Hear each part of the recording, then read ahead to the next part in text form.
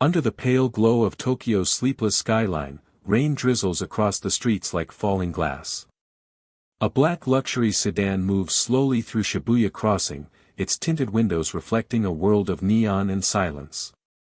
Inside sits a man whose name once commanded fear, Tadamasa Goto. His eyes are calm, his hands steady, yet beneath that serenity lies the weight of countless sins and a secret that shattered Japan's criminal underworld. He was the Yakuza boss who sold his soul to the FBI, the man who broke the sacred code of silence. His story begins not with chaos, but with stillness, the kind that hides beneath a storm. For decades, Goto was a ghost in plain sight, moving through the corridors of power with the discipline of a monk and the ruthlessness of a predator. His rise mirrored Japan's post-war transformation, from ashes to neon, from desperation to dominance. In that new world, Goto learned early that respect wasn't given, it was taken, often at the cost of blood. And so he built his empire not on loyalty, but on fear, charm, and an uncanny ability to read the weakness in every man's soul.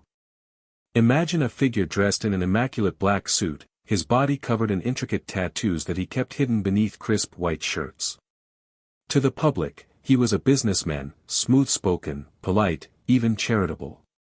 To the underworld, he was the shadow of the Yamaguchi-gumi, a man who could silence rivals with a single word. But what no one knew then was that the same intelligence and ambition that made him feared would one day lead him into an act of unthinkable betrayal. In Japan, the Yakuza are more than gangsters, they are institutions, bound by codes older than the modern nation itself. Honor, loyalty, and silence form their holy trinity. To betray those principles is to invite eternal exile, to lose one's name, one's place, and one's soul. And yet, in a twist that defies reason, Goto would go on to do the impossible, he would cut a deal with the very enemy his kind despised. The FBI. But that revelation comes later. For now, all we see is a man sitting quietly as the city hums outside. His face, lined with years of violence and contemplation, reflects a strange peace. Maybe it's the calm of a man who knows he's already condemned. Maybe it's the exhaustion of a predator who's grown tired of the hunt. The world remembers him as both a monster and a mystery, a contradiction wrapped in a soft glow of Tokyo's midnight lights. This introduction is the doorway to a world few outsiders have ever seen, the hidden empire of Japan's underworld. It's a place where ancient rituals meet modern corruption, where men wear both suits and swords, and where silence speaks louder than bullets. It's also a place that shaped Tadamasa Goto into something far more complex than a simple villain. He was not just a gangster, he was a philosopher of crime, a strategist, and ultimately, a man who could not escape his own fear of death. The story of Goto is one of rise and ruin, of wealth and betrayal, of a man who believed he could outsmart fate, only to realize that fate never forgets. It's a story of paradoxes, loyalty and treachery, power and fragility, reverence and shame. As the rain falls and the city whispers his name, we begin to trace his footsteps from the dim alleys of post-war Japan to the polished corridors of the American FBI. In this tale, every whisper carries weight, and every silence hides a truth. This is not a story of redemption. It's a story of survival, of a man who crossed every line to save his life, and in doing so, lost the very thing that made him who he was. As we step deeper into his world, remember this, in the empire of shadows, no one truly escapes. The code may break, but the ghosts remain. The sound of the wind across the rice fields of post-war Fukuoka carried with it the weight of hunger and defeat. Japan in the 1950s was rebuilding itself from ashes, cities scarred by firebombs, families torn apart by poverty, and a generation of young boys learning that survival often demanded cruelty. Among them was Tadamasa Goto, born into a home where tenderness was scarce and ambition was born out of hardship. His childhood was defined by scarcity, not just of food, but of love, of hope, of direction. Each dawn was another fight to exist in a world that seemed to have forgotten compassion. Goto's father was strict, his mother distant, and society offered little warmth to those on the margins. In that environment, the young boy grew to understand that strength wasn't simply admired, it was essential. He watched as men with loud voices and hard eyes took control of their neighborhoods. They had money, respect, and something that no teacher could offer, power. To a boy who had known only powerlessness, that sight became an education far more compelling than anything learned in school. In the dusty alleys of Fukuoka, the Yakuza were not abstract villains. They were local legends, men who walked with confidence, who could make police bow and shopkeepers smile nervously as they passed. They wore sharp suits, had slicked back hair, and carried themselves with a calm that came from knowing no one would dare to cross them. To Goto, these were not criminals. They were gods among men, living proof that fear could be more profitable than kindness. He spent his early teens wandering through the markets and riverbanks, picking fights with older boys and learning the art of dominance. His small frame didn't matter, his eyes did. Even as a teenager, there was something in his gaze, a cold, deliberate stillness that made others hesitate. It wasn't rage that defined him, but control. He discovered that violence, when used with precision, could command respect more effectively than any words. At night, he would lie awake listening to the distant sound of motorcycles and laughter, the local gang drinking and gambling under the flickering light of a street lamp. He imagined himself among them, laughing without fear, wearing the tattoos that spoke of loyalty and belonging. In a country where conformity was everything, he longed to stand apart. But Fukuoka was unforgiving to dreamers. His family struggled to afford food, and like many youths of his time, Goto was drawn to the black markets that thrived after the war.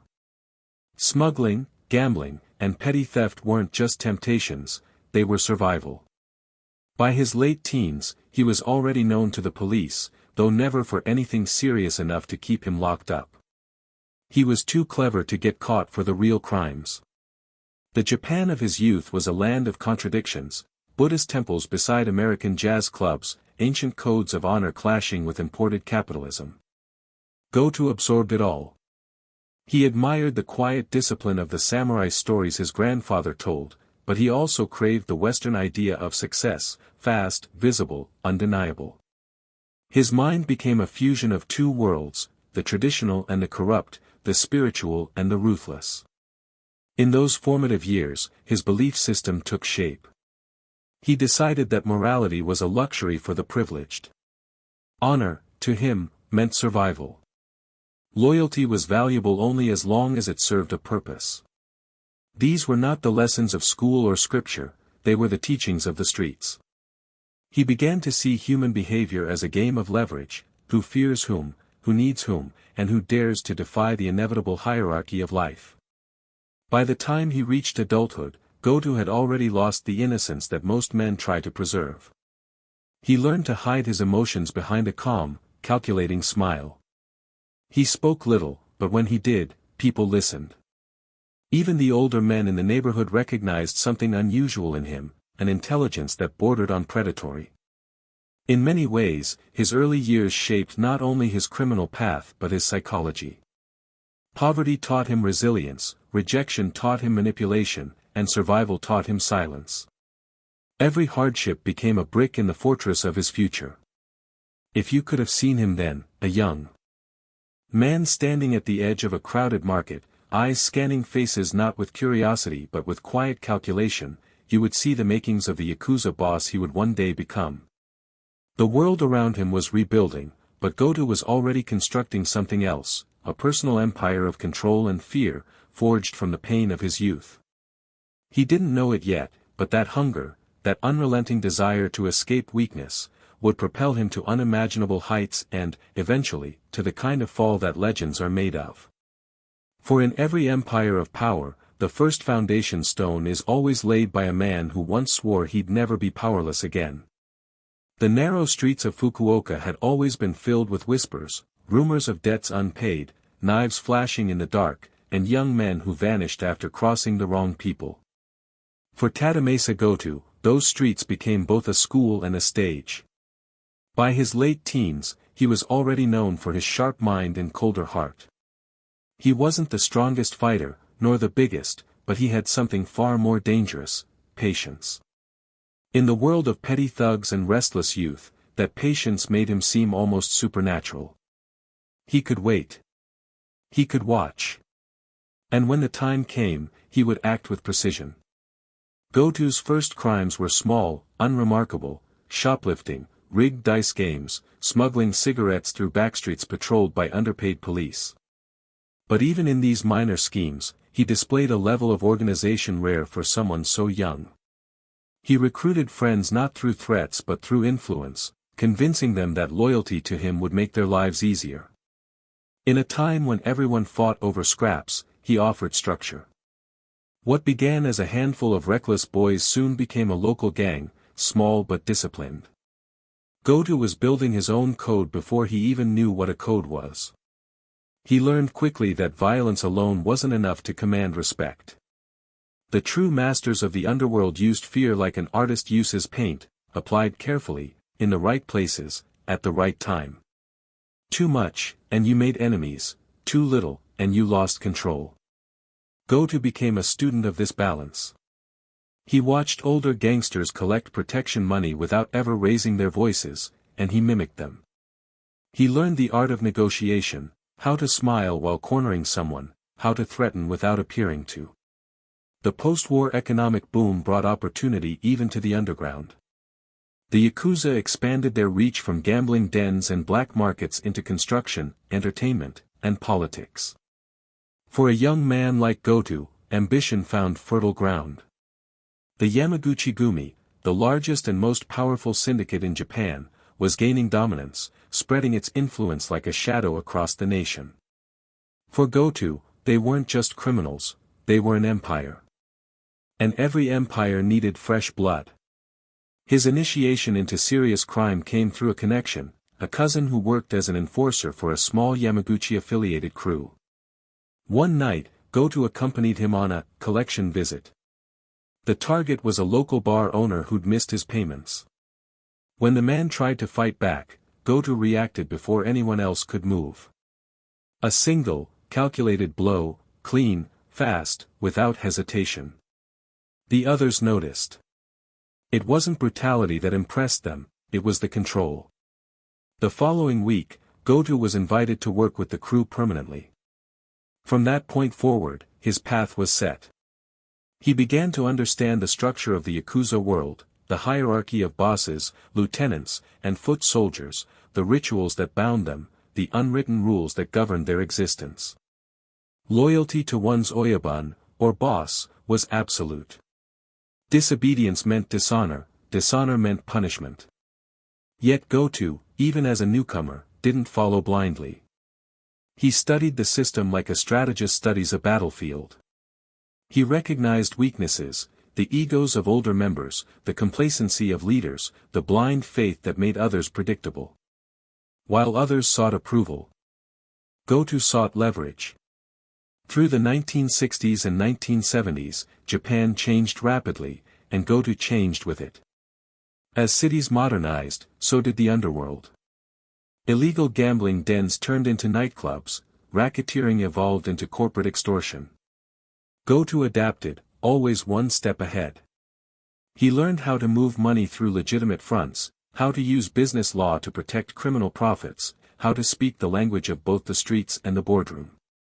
To the untrained eye, he was becoming a businessman.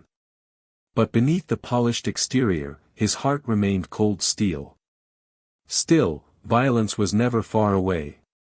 When disputes arose within the ranks, Goto often volunteered to mediate, not because he sought peace, but because it allowed him to study the ambitions of others. He understood that every argument revealed a weakness. And when the time came, he used that knowledge to climb higher. His charisma made him likable, his ruthlessness made him respected. It was a deadly combination that few could match. But the deeper he went, the more he realized that the Yakuza world thrived on illusion. The code of honor that everyone spoke of was often a mask for greed and fear. He saw men preach loyalty while plotting betrayal, and it confirmed what he had always believed since childhood: in this world, trust was just another weapon. Goto wielded it expertly, making others believe in his loyalty while silently preparing his ascent. By his mid-twenties, he had become a trusted lieutenant, managing operations that spanned gambling rings, black market goods, and construction kickbacks. His reputation grew, not as the loudest or most feared, but as the most calculated. He spoke softly, dressed impeccably, and carried himself like a man who already knew his destiny. Those who underestimated him didn't last long. And yet, within this growing empire of control, a subtle darkness was beginning to take root. The thrill of power was intoxicating, but it was also isolating. Goto began to realize that fear was a double-edged sword. It protected him, but it also surrounded him with silence. Friends became subordinates, allies became liabilities. It was the beginning of a loneliness that would follow him for life. What started as a boy's dream of belonging had turned into something far greater, and far more dangerous. Goto was no longer a follower. He was becoming an architect of his own legend, a man who would eventually stand among Japan's most notorious figures. Yet, like all great rises, his ascent carried within it the first seeds of downfall. The same sharp mind that elevated him would one day push him beyond the boundaries even the Yakuza dared not cross. The streets of Osaka shimmered beneath the glow of 1,000 neon signs. It was the early 1970s, and Japan stood at the edge of transformation, its economy roaring, its skyline rising, its underworld thriving in the spaces where law and ambition blurred. For Tadamasa Goto, this was the perfect moment. He had outgrown the small-time rackets of Fukuoka and arrived in Osaka like a man stepping into his destiny. Here, opportunity and danger walked hand in hand, and Goto was ready to seize both. His entrance into the Yamaguchi-gumi's inner circle was not loud. It was strategic, deliberate, almost surgical. Goto understood that true power didn't come from muscle, it came from perception. In a world filled with hot-headed enforcers and impulsive killers, his quiet confidence stood out. He spoke little, but when he did, his words carried weight. His loyalty seemed absolute, his manners impeccable. Older bosses admired his composure, younger soldiers feared his intellect. It was said that Goto could look at a man for 10 seconds and know exactly what would break him. The Yamaguchi-gumi, headquartered in Kobe, was already Japan's largest criminal syndicate. Under its banner, hundreds of smaller clans operated, each with its own domain, its own style of power. Goto quickly rose through one of these affiliated factions. He brought with him an organizational sense that was unusual for someone his age. He imposed discipline on his subordinates, banned reckless street fights, and emphasized profit over pride. To him, reputation was a currency that had to be spent wisely. Violence, he once said, should be like fine whiskey, rare, deliberate, and unforgettable. By his early 30s, Goto had cultivated an image unlike any other Yakuza of his generation. He was both terrifying and charming, his presence commanding yet composed. He dressed immaculately, favored imported suits, and carried himself with the restraint of a man who understood the value of appearances. The media called him the gentleman enforcer, a title that both amused and served him well. He learned to manipulate this public fascination, granting selective interviews, donating to charities, and cultivating relationships with businessmen, actors, and politicians. He blurred the line between the criminal and the respectable until it nearly vanished. But behind the elegance lay brutality of the highest order. Goto's empire expanded through fear disguised as diplomacy. He orchestrated takeovers of rival territories without open bloodshed, often by identifying weak leaders and turning their lieutenants against them. When violence was necessary, it was precise and devastating. He preferred to let others carry out the dirty work, but everyone knew whose shadow lingered behind each execution. Goto didn't need to raise his voice, his silence was threat enough. His understanding of human psychology became his greatest weapon. He studied his enemies as a chess player studies the board, always thinking 5 moves ahead. He bribed the right police officials, cultivated loyal accountants, and even funded legitimate businesses to launder his growing fortune. His organization was structured like a corporation, complete with financial advisors and public relations operatives. He was turning the Yakuza into a modern empire. But success came with a cost. The higher Goto climbed, the more dangerous his position became. Other bosses envied his rapid rise and whispered about his arrogance. He responded not with aggression, but with grace. At every meeting, he bowed deeply, spoke softly, and honored the old rituals. Yet behind those gestures, he was quietly outmaneuvering his superiors, placing his allies in key positions, expanding his control over entertainment districts, and securing influence in construction and nightlife industries. One night, during a ceremonial gathering, a senior boss remarked that Goto's eyes were too calm for a young man. It wasn't meant as a compliment. It was the kind of observation that, in their world, carried suspicion. Calmness in the Yakuza could mean either deep loyalty or hidden treachery. Goto smiled, poured the man's drink, and said nothing. That same boss would later retire under mysterious circumstances. His influence reached far beyond Osaka. By the mid-1980s, his operations had connections stretching to Tokyo, Okinawa, and even overseas. He saw opportunity in globalization long before it became a buzzword. Western films, foreign imports, and tourism were booming, and Goto found ways to profit from each. He understood that modern crime wasn't just about power, it was about adaptability. Yet, for all his success, there was an emptiness he could never quite fill. In private, Goto was known to spend hours alone in his study, staring at his reflection, his tattoos hidden beneath white silk. Those who knew him best said he was haunted by a single fear, not of death, but of insignificance. He had built a kingdom of shadows, yet he longed to be remembered in the light. That contradiction defined him. In the calm of his private moments, he sometimes confessed to his most trusted men that the world was changing too quickly. The Yakuza's old ways, the codes of honor, the loyalty rituals, the quiet respect between clans, were being replaced by greed and spectacle. Even the darkness has lost its dignity, he once murmured. But he adapted anyway. He always did. This period marked the height of his rise, a time when his name could open doors and close lives.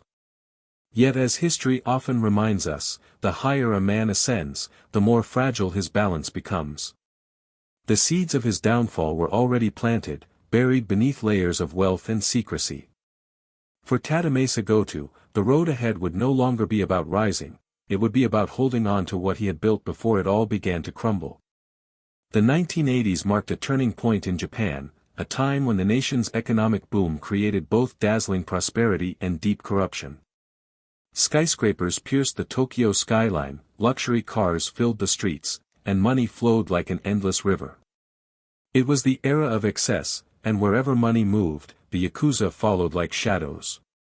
For Tadamasa Goto, this was not merely a time to profit, it was his golden era. His rise from the backstreets of Fukuoka to the commanding halls of Osaka's criminal elite had positioned him perfectly for what was to come. The world was changing, and he intended to rule it from behind the curtains. The Yakuza, particularly the Yamaguchi-gumi, had woven themselves into the fabric of Japanese society. Construction, banking, entertainment, even politics, nothing was untouched. The line between the legitimate and the illicit blurred until it nearly disappeared. Goto saw this world as a chessboard and began to play on a grander scale than any of his contemporaries. Through careful investments and alliances, he turned his organization into a financial powerhouse. He was no longer just a gangster, he was a corporate strategist wrapped in silk and ink. Goto's charisma drew powerful allies, real estate moguls, actors, politicians, and even members of the clergy. He understood human desire better than most, everyone wanted security, luxury, or escape, and he could provide all three. When the real estate bubble swelled, Goto moved fast. His men invested through front companies, buying up properties across Tokyo and Osaka. Some he sold at enormous profit, others he used as laundering fronts. He didn't just control the streets anymore, he owned pieces of the skyline. Meanwhile, his influence in the entertainment industry grew quietly. He provided protection to nightclubs and film studios, ensuring smooth operations and silencing any unwanted trouble. Rumor had it that even Japan's glittering celebrity scene paid him respect. A whispered favor from Goto could end a scandal or bury a rival's career overnight. In that world of glamour and deceit, he thrived. To the public, he maintained his image as a businessman with an old-fashioned sense of honor. His voice was soft, his gestures composed, his smile deliberate. He appeared in public charity events, made donations to disaster relief efforts, and even sponsored cultural festivals. But behind those gestures was a carefully constructed facade, a mask polished by power. Beneath it, his operations ran like a machine fueled by fear. Those who crossed him never got a second chance. Goto didn't believe in chaos, he believed in control. When he needed to send a message, it was never through public bloodshed but through silence. A man might disappear, a business might collapse overnight, a scandal might erupt at just the right time. Every move was calculated. He didn't need to raise his hand, his reputation did it for him. In the underworld, his legend grew.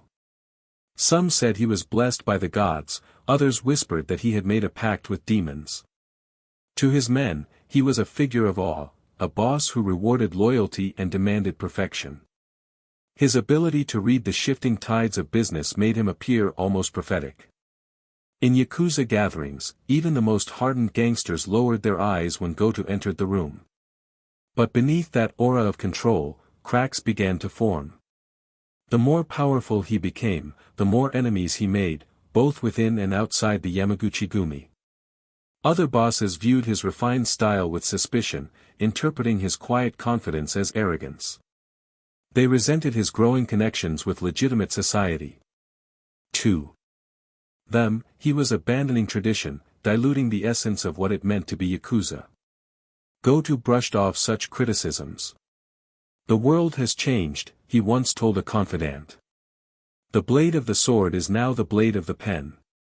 He believed the new generation of gangsters would thrive not by spilling blood, but by mastering finance and politics.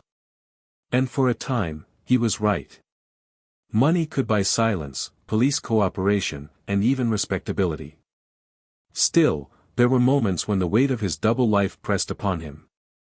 Late at night, in his Tokyo penthouse overlooking the city lights, he would sit alone, sipping whiskey and staring at his own reflection. The tattoos that once symbolized loyalty and brotherhood now felt like ghosts etched into his skin, reminders of a code he was beginning to outgrow. As Japan's bubble economy reached its peak, so did Goto's empire. He controlled vast networks of businesses, gambling operations, and entertainment contracts. His men drove expensive cars, lived in luxury, and treated his word like law. Yet even in this triumph, an invisible tension lingered, the sense that the world he had mastered was changing too fast for anyone to truly own it. The late 1980s would bring not just wealth but also scrutiny. Law enforcement, once lenient or bribed into silence, began to feel pressure from international partners. Foreign media had started exposing Japan's organized crime links to its economy. And in that shifting light, men like Goto, those who had thrived in the shadows, found themselves uncomfortably visible. But that reckoning was still to come. For now, in the heart of Japan's golden era, Tadamasa Goto stood untouchable. His voice could alter the course of businesses, his favor could create stars, and his wrath could erase them. The empire he built was not just one of money and crime, it was an empire of illusion, a kingdom of respect built upon silence and fear. And though he didn't know it yet, every empire built on illusion carries within it the seed of collapse. For all his wealth, for all his brilliance, Goto could not escape the one truth that haunts all men who rise too high: nothing golden lasts forever. The Goto-gumi was not born from luck, it was engineered, brick by brick, through ambition, charm, and calculated violence. Tadamasa Goto understood early that the Yakuza were evolving beyond back-alley brawls and gambling dens. Japan's booming economy offered a new battlefield: real estate, finance, construction, entertainment. While others fought for territory, Goto built influence. He surrounded himself with disciplined men, ex-boxers, loan sharks, and accountants, each one loyal, efficient, and silent. From his headquarters in Shinjuku, his reach spread across Tokyo like ink through water. He used legitimate companies as masks, moving dirty money through clean contracts. Construction sites became his playground. Every skyscraper built meant another opportunity for profit and control. He bribed quietly, threatened softly, always smiling. Violence, when necessary, was quick and final, a message whispered rather than shouted. Soon, the Goto-gumi became one of the most profitable factions under the Yamaguchi-gumi umbrella. Goto dined with politicians, invested in film studios, and funded temples to polish his public image. Yet every yen carried the echo of fear. Beneath the charm and luxury, his empire was a machine powered by intimidation. Goto was no longer just a gangster, he was a businessman of the underworld, a man who could make chaos look like order. Under the pale glow of Tokyo's neon skyline, the 1980s unfolded like a dream that refused to end. Japan was in the grip of its economic miracle, glass towers rising overnight, money flowing faster than ink could dry on contracts. It was an era of excess, of confidence, of quiet greed. And within that glittering surface world, another empire thrived in the shadows, the empire of Tadamasa Goto. He was no longer just an enforcer or a nightclub broker. By now, he was a man whose name carried weight far beyond the back alleys of Shinjuku. Businessmen bowed to him, politicians took his calls, and entertainers whispered about his influence with both fear and fascination. Goto had become the embodiment of the new Yakuza, part criminal, part tycoon, part myth. The streets where he once hustled for survival were now his hunting grounds of power. He wore tailored suits imported from Italy, his cars were black Mercedes and Lexus sedans that glided through Tokyo like silent sharks. In his clubs, laughter and jazz mingled with the soft click of ice cubes in whiskey glasses. Deals worth millions were made in rooms scented with cigarette smoke and expensive perfume. But beneath the music and laughter, an undercurrent of danger hummed like an electrical wire waiting to spark. Goto understood better than anyone that in this world of wealth, fear was still the most valuable currency. His men moved like shadows, collecting debts, enforcing silence. Rival groups respected him not only for his brutality but for his cunning. He had a gift for reading people, he knew when to smile, when to threaten, and when to disappear. It was said that Goto could look a man in the eye and see exactly what price his loyalty was worth. The Japanese bubble economy seemed endless, and Goto rode its wave with skill and audacity. Construction firms, entertainment agencies, even temples, his money touched everything. The line between legitimate business and organized crime grew thinner by the day.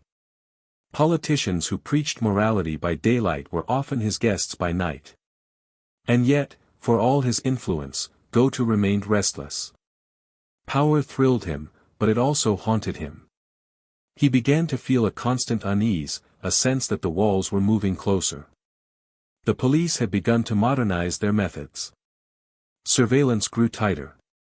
International pressure on Japan to crack down on organized crime was increasing.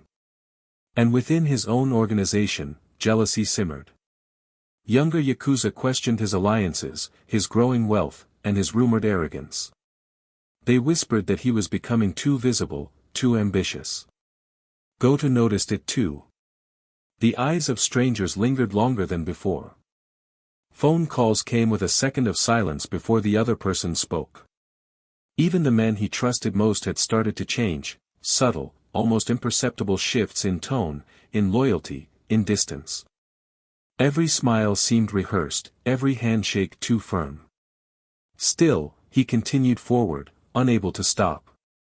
The pursuit of power was like an addiction. Once he had tasted control, he could not live without it. He began to involve himself in larger ventures, sending emissaries abroad, exploring connections in Los Angeles, Bangkok, and Hong Kong. Rumors spread that he was investing in movies, laundering money through international networks. Some even whispered that he had ties to American figures, though no one could prove it. For Goto, the danger was part of the thrill. Yet, in his quiet moments, late nights staring out from the top floor of a Tokyo hotel, he sometimes wondered if he had built an empire or a trap. His fortune, his power, his reputation, all of it was bound together by fear. One weak link, one betrayal, could bring it all down. And deep down, he knew that moment would come. Every Yakuza boss understood the cycle: rise, glory, decline. But knowing it and accepting it were not the same. Goto refused to believe his story would follow the same path. He saw himself as untouchable, destined to outlast the others. But the cracks had already begun to form. Rival families were watching, waiting. The government was preparing laws that would target organized crime directly for the first time. Even within his own syndicate, some older bosses felt Goto had become reckless, too flamboyant, too modern. They missed the days of quiet discipline, when Yakuza conducted business in whispers rather than headlines. There is a moment in every powerful man's life when he stops climbing and begins, unknowingly, to fall. For Tadamasa Goto, that moment was invisible. A shift in the wind he could not feel until it was too late. He was at the peak of his influence, but the summit was narrowing. From the outside, he seemed untouchable, a king among gangsters. Yet inside, paranoia had begun to bloom like mold in the corners of his mind. He trusted no one completely. He carried a gun now, something he once considered beneath his status. His men noticed the change, the long silences, the sudden bursts of anger, the cautious glances at doorways. Power had given him everything: wealth, fear, women, respect, and taken away the one thing he had once valued most: peace of mind. In those days, Tokyo itself reflected his state of mind: dazzling and dangerous, prosperous and hollow. The city glowed all night, never sleeping, yet always trembling beneath its own ambition. Somewhere within that endless hum of electricity and greed, Tadamasa Goto ruled an empire built on illusion. He did not know it yet, but his golden age was already over. The shadows were beginning to move. Rivals were plotting. The police were listening. And destiny, patient and silent, was drawing closer with every passing night. What came next would not just test his power, it would unravel everything he believed about loyalty, honor, and survival. By the late 1980s, Tadamasa Goto stood at the height of his empire. Money poured in from construction companies, entertainment businesses, and real estate holdings. Politicians smiled in his presence, and actors sought his protection. To the outside world, he seemed untouchable, a man whose name alone could silence a room. Yet beneath the surface of that wealth and influence was a dangerous arrogance. Goto believed he could bend the world to his will. And then, one night, he went too far. The evening was humid, the city swollen with summer heat. Goto arrived at a party hosted by a film producer, a man connected to Japan's entertainment industry, an industry that had long been under quiet Yakuza control. Cameras flashed, music played softly, and the air was heavy with expensive perfume and whispered flattery. But somewhere between the laughter and the sake, something happened: an argument, an insult, a moment that Goto perceived as disrespect. The details would remain blurred in rumor and speculation, but what followed would destroy his standing within the Yamaguchi-gumi and stain his name forever. The victim was a prominent film director, a man who had once dared to speak against the influence of the Yakuza in Japanese cinema. For Goto, that defiance was unforgivable. Under the haze of alcohol and rage, he ordered his men to teach the man a lesson. What followed was savage, swift, and public enough to draw attention that no Yakuza boss could afford. The director was brutally beaten, hospitalized with life-threatening injuries. Whispers of Goto's involvement spread through Tokyo like wildfire. The media, which usually tread carefully around Yakuza stories, seized upon the scandal. Headlines splashed his name across front pages. The newspapers called it the assault that shocked the nation. For the Yamaguchi-gumi leadership, it was too much. The Yakuza survived on an unspoken contract with society, to exist, but not to be seen. Violence was acceptable only in the shadows, never under the spotlight. Goto had broken that code. His actions threatened not only his own position but the delicate balance that kept the organization alive. When the call came from Kobe, the Yamaguchi-gumi's headquarters, Goto already knew what it meant. He was summoned to explain himself before the highest ranks of the syndicate. The meeting was quiet, almost ceremonial. Men who had once toasted to his success now sat in judgment. Goto, dressed impeccably as always, bowed deeply but said little. The decision had already been made. He was expelled. The Yamaguchi-gumi cut him off completely, an act that, in Yakuza terms, was worse than death. It was not merely a loss of title or privilege, it was a loss of identity. He was no longer a sworn brother. No longer protected. His tattoos, once symbols of belonging, now marked him as an outsider. His power, influence, and allies, all vanished in an instant. The news spread quickly. To the police, it was a moment of celebration, a sign that the Yakuza were not invincible. To rival groups, it was an invitation. And to Goto's own men, it was confusion. Some fled, others stayed out of fear or misplaced loyalty. For Goto himself, it was humiliation beyond words. He returned to Tokyo in silence. The empire he had built was now fragmented. Clubs that once paid him tribute refused to answer his calls. Old allies suddenly remembered debts unpaid or favors forgotten. He began to sense betrayal everywhere, and in truth, it was not far behind. The underworld is quick to turn on the fallen. For a man like Goto, who had built his life on control, the loss of power was unbearable. He spent hours pacing his estate, his mind replaying every moment that led to his fall. How had it happened so quickly? How had a single act of violence, something that once defined his strength, now marked the beginning of his ruin? In his solitude, the boundaries between anger and shame began to blur. He blamed the media for sensationalizing his actions, the leadership for their hypocrisy, and his enemies for conspiring against him. But deep inside, a quiet voice whispered the truth: he had crossed a line that could never be uncrossed. At night, Tokyo still shimmered beyond his windows, the same neon lights, the same hum of life. But now, they mocked him. The city that once seemed to bend at his will moved on without him. Even the underworld had turned its gaze elsewhere. Goto's name, once spoken with fear, was now mentioned with pity or disgust. His health began to decline. Stress and sleeplessness took their toll. The man who had once been immovable now felt frail, almost ghost-like. And yet, he refused to fade quietly. Somewhere inside, the old pride still burned. He began plotting a return, convinced that he could rebuild what was lost. But he no longer understood how much the world had changed, or how deeply his own betrayal of the Yakuza code had cut. The press continued to haunt him. Every article, every mention of the assault reminded the public of his fall from grace. Journalists referred to him as the disgraced boss, a phrase that stung worse than any wound. The police intensified their surveillance, not out of fear, but curiosity. They wanted to see what a fallen Yakuza would do next. And in the quietest hours, when the world outside his window was still, he would think about the man he had once been. The young enforcer who believed in loyalty, in honor, in the silent brotherhood of the underworld. That man was gone, replaced by a figure consumed by resentment and pride. The beating of one man had turned into the undoing of another. In Japan's criminal history, this incident would come to symbolize the danger of ego, how one impulsive act could undo decades of power and respect.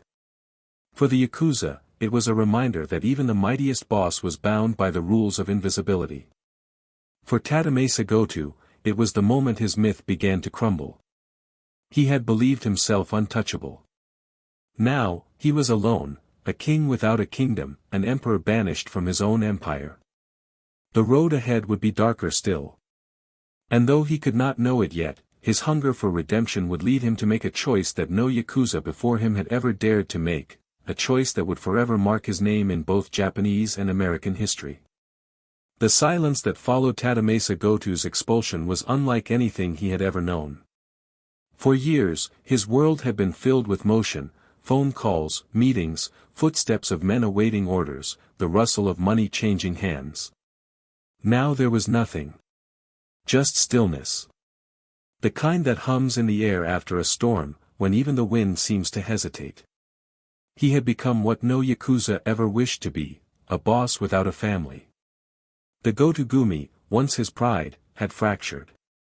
Some of his lieutenants swore quiet loyalty and remained nearby, more out of fear than faith. Others defected, eager to attach themselves to stronger syndicates still recognized by the Yamaguchi-gumi.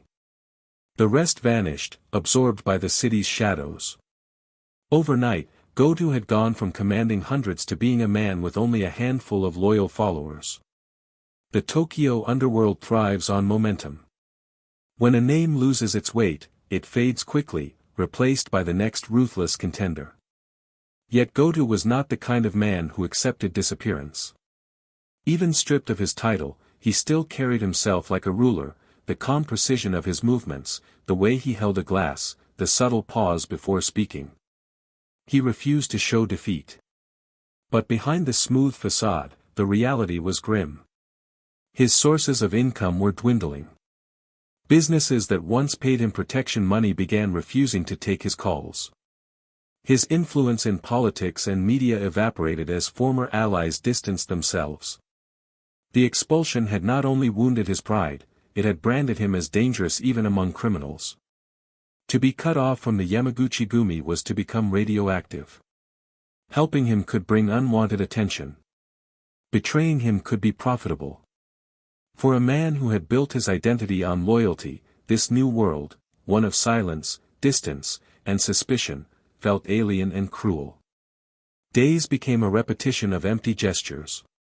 Goto would wake late, pace through his mansion, eat meals in silence. He read the newspapers obsessively, scanning for mentions of himself or hints of Yakuza politics. Every headline about his downfall deepened the wound. In private, he began drinking more than before. He was not a man given to introspection, but loneliness has a way of forcing reflection. He thought often about loyalty, what it meant, and whether it had ever truly existed.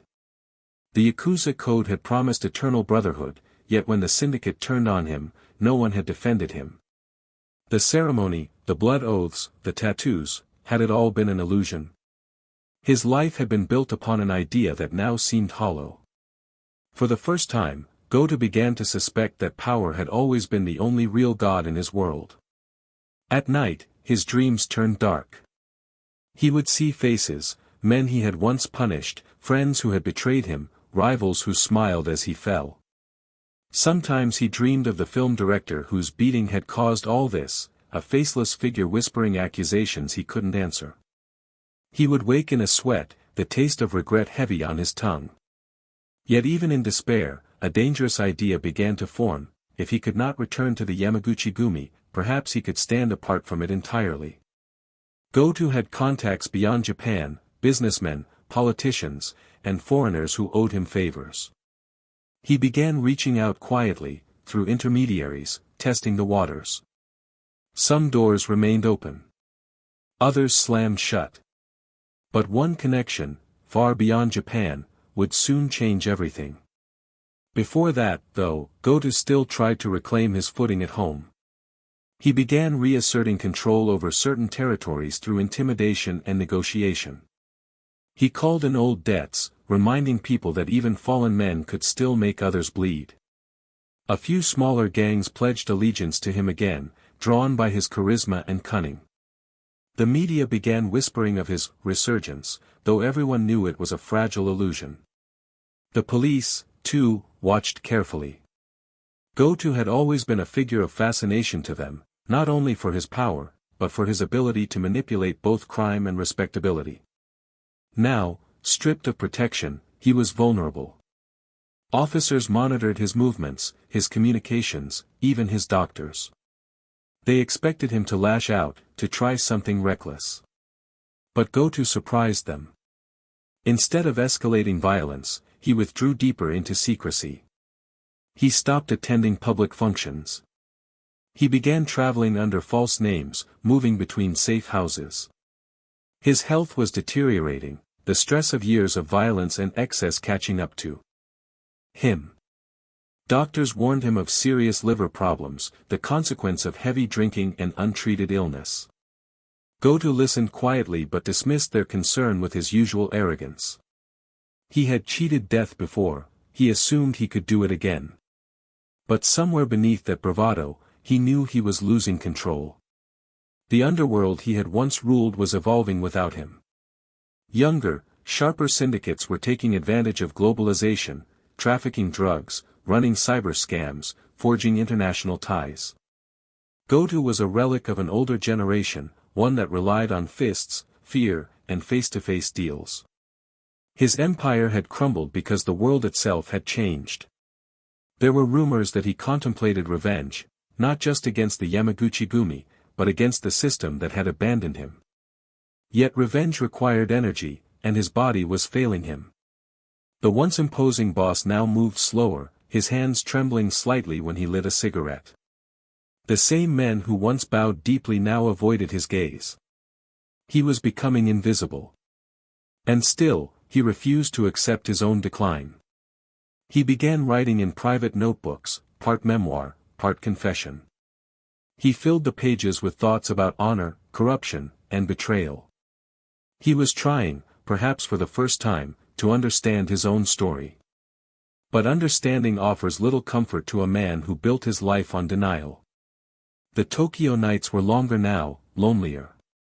The city still pulsed with energy, but Goto was no longer part of it.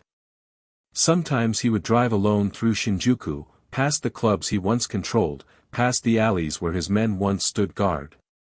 The neon lights glowed the same, but everything else had changed. The city belonged to new players now, younger men with no memory of his rule.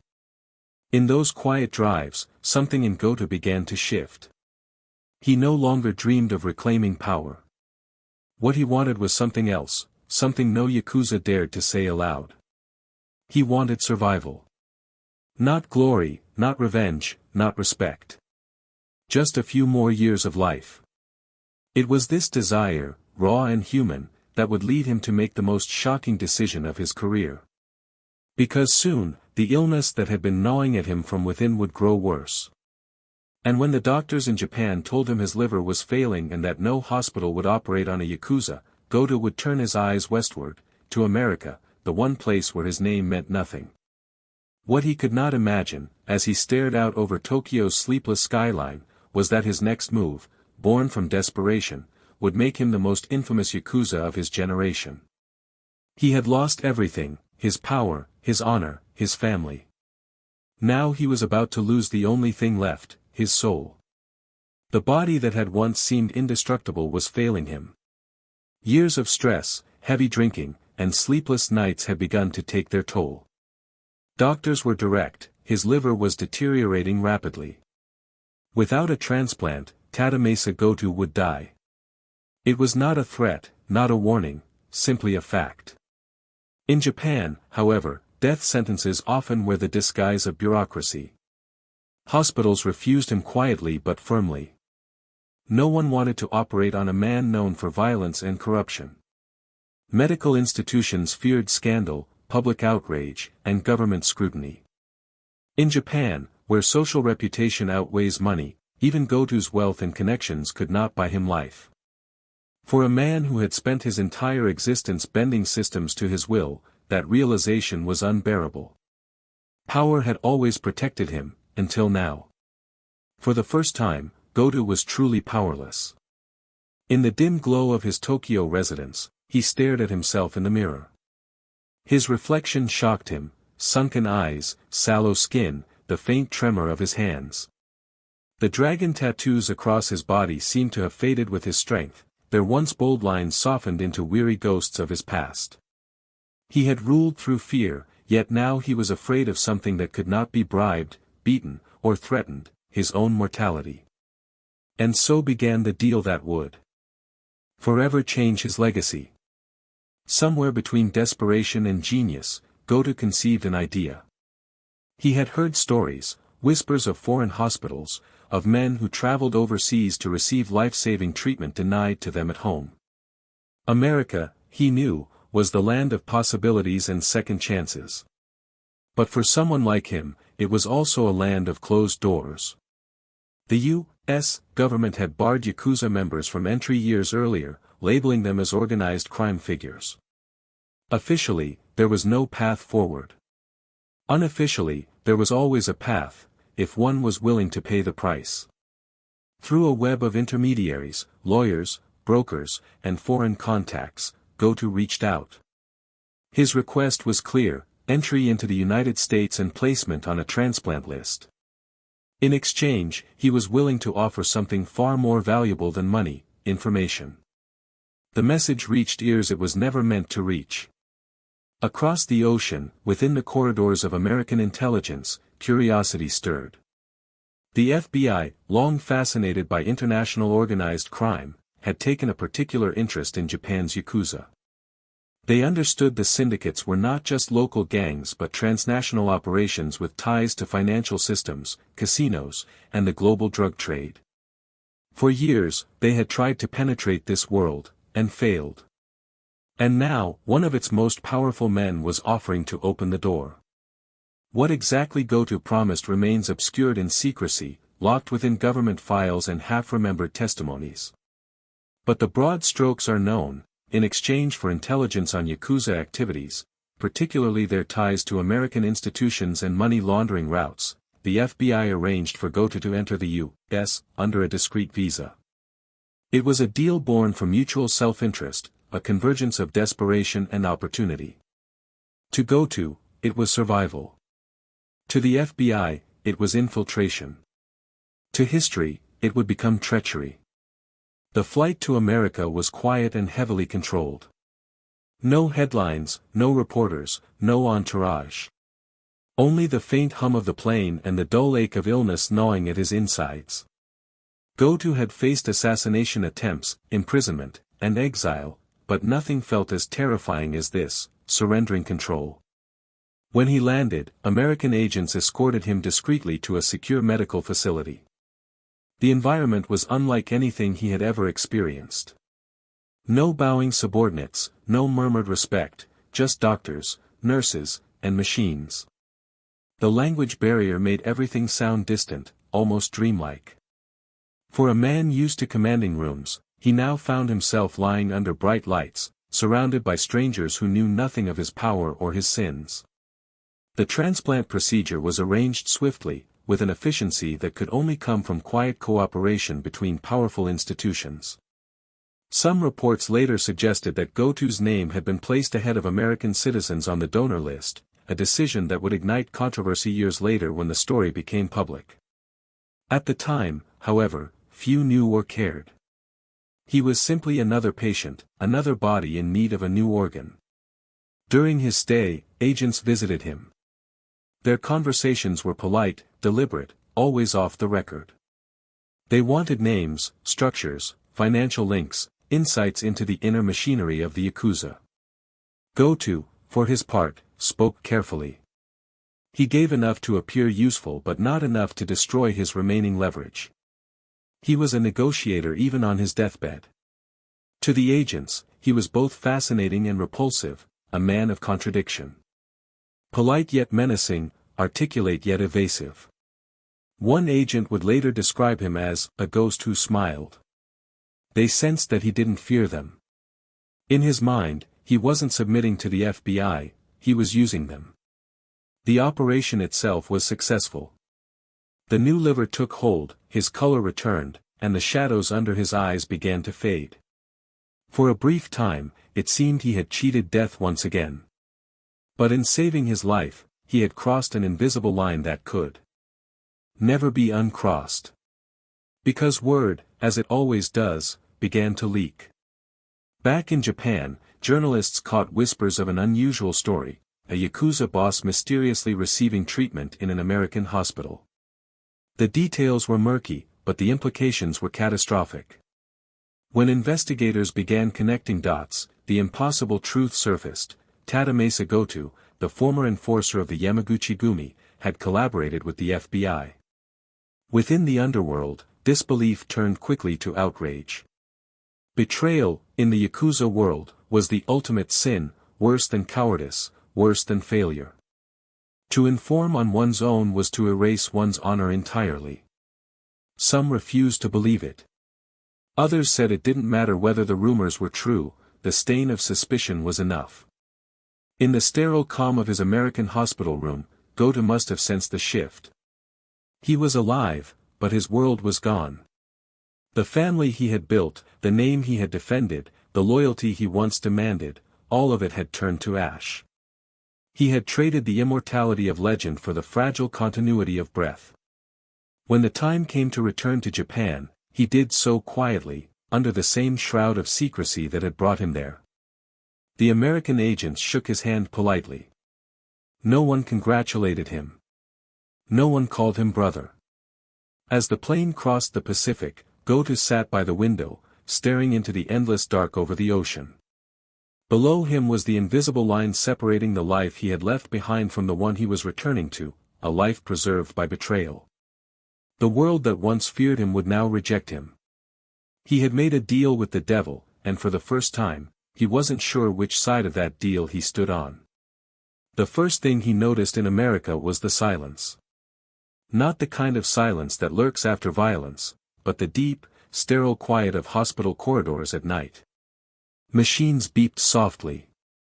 Nurses moved like shadows through the dim light. For Tadamasa Goto, who had spent his life surrounded by the chaos of Tokyo's streets, this world felt foreign and hauntingly peaceful. He was alive, yes, but it no longer felt like life.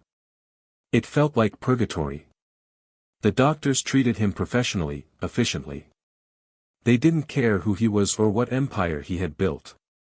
To them, he was just a patient, a body being kept alive by tubes and medicine. For the first time in decades, no one bowed when he entered a room. No one feared him. No one whispered his name. He existed in a strange anonymity, stripped of the power that had defined him. His recovery was slow. The stitches ached, his body weak from years of neglect and the strain of surgery. Yet, with each day, color returned to his face. The dragon tattoos along his ribs seemed to stir again, their colors darkening against his skin. He spent long hours staring at them, as if they might answer the question that haunted him: what had he done? He would think back to Japan, the streets he once ruled, the men who once swore loyalty, the code he once worshipped. And then he would think of the whisper that now followed his name: traitor. In the Yakuza, betrayal was not a single act but a permanent identity. Once committed, it could never be undone. He had crossed a line that no amount of repentance could erase. In those long hospital nights, he began to dream vividly. The dreams were disjointed, flashes of his past, the faces of men he had punished, the laughter of Shinjuku's neon nights, the quiet voice of his Yakuza superior dismissing him from the family. He often woke drenched in sweat, unsure whether he was haunted by ghosts or memories. The FBI continued to visit him periodically. Their manner was polite, distant, professional. They brought folders, took notes, asked questions about people and systems he once commanded. Goto gave them what they wanted, or at least enough to keep their cooperation intact. But every answer he gave felt like cutting another thread that connected him to who he had been. He knew how dangerous his position was. If word of his cooperation ever spread, he would not only be condemned by the Goto-gumi but hunted by countless others who had benefited from his empire. There was no redemption in such betrayal, only survival. And survival, he began to realize, had a bitter taste. Sometimes, late at night, he would gaze out the hospital window. Beyond the glass, the American skyline stretched into a quiet darkness, dotted with distant lights. It was peaceful, too peaceful. He imagined Tokyo in comparison, crowded, loud, alive. He missed the sound of traffic, the warmth of sake, the ritual of loyalty that once gave his life shape. Here, no one knew his name. The nurses smiled without fear, unaware of the history that walked past them in hospital slippers. To them, he was simply Mr. Goto. Not the boss, not the Yakuza, just another patient trying to recover. There was a strange comfort in that anonymity. For the first time in his life, he felt invisible, and perhaps, a small part of him liked it. But the peace was fragile. Even as his body healed, his mind refused to rest. He began to suspect that his American hosts were watching more than they admitted. There were details, a guard who lingered outside his room longer than necessary, the subtle click of a recorder during conversations. The FBI had helped him, yes, but they had also claimed him. He was no longer a man, he was an asset. He wondered if they ever truly believed him, or if they were simply waiting for him to reveal something useful before discarding him. For a man who had built his empire on manipulation and secrets, the irony was cruel. Now he was the one being used. His health improved over the following months, but his spirit remained heavy. He avoided looking at newspapers or television. Even the sight of Japanese writing brought unease. He knew that across the ocean, his enemies were whispering, and his name, once synonymous with strength, had become a symbol of disgrace. Still, a part of him clung to the belief that he could rebuild. That he could return to Japan, reclaim some fragment of dignity. He began drafting letters to old contacts, phrased cautiously, as if reaching out from beyond the grave. Some never replied. Others responded with cold formality, polite words masking disgust. He was no longer one of them. On one particularly sleepless night, Goto wrote something in his notebook, a sentence that would later appear in his memoir: "When a man loses everything, he meets the truth." He didn't explain what he meant, but perhaps it was this: that stripped of all the illusions of power, money, and loyalty, a man finally confronts what he truly is. And in that lonely American hospital, surrounded by the sterile hum of machines, Tadamasa Goto faced himself. Not the gangster, not the boss, just a man who feared death and chose survival, no matter the cost. When the time came for discharge, his handlers arranged for a quiet departure. There would be no press, no announcement, no trace left behind. His records were sealed. His visa discreetly erased. The United States had no official memory of his stay. As he boarded the plane back to Japan, Goto felt a strange emptiness, not relief, not gratitude, but a hollow quiet. Outside the airplane window, the world looked clean, distant, unreal. He realized that the life he was returning to was not the one he had left.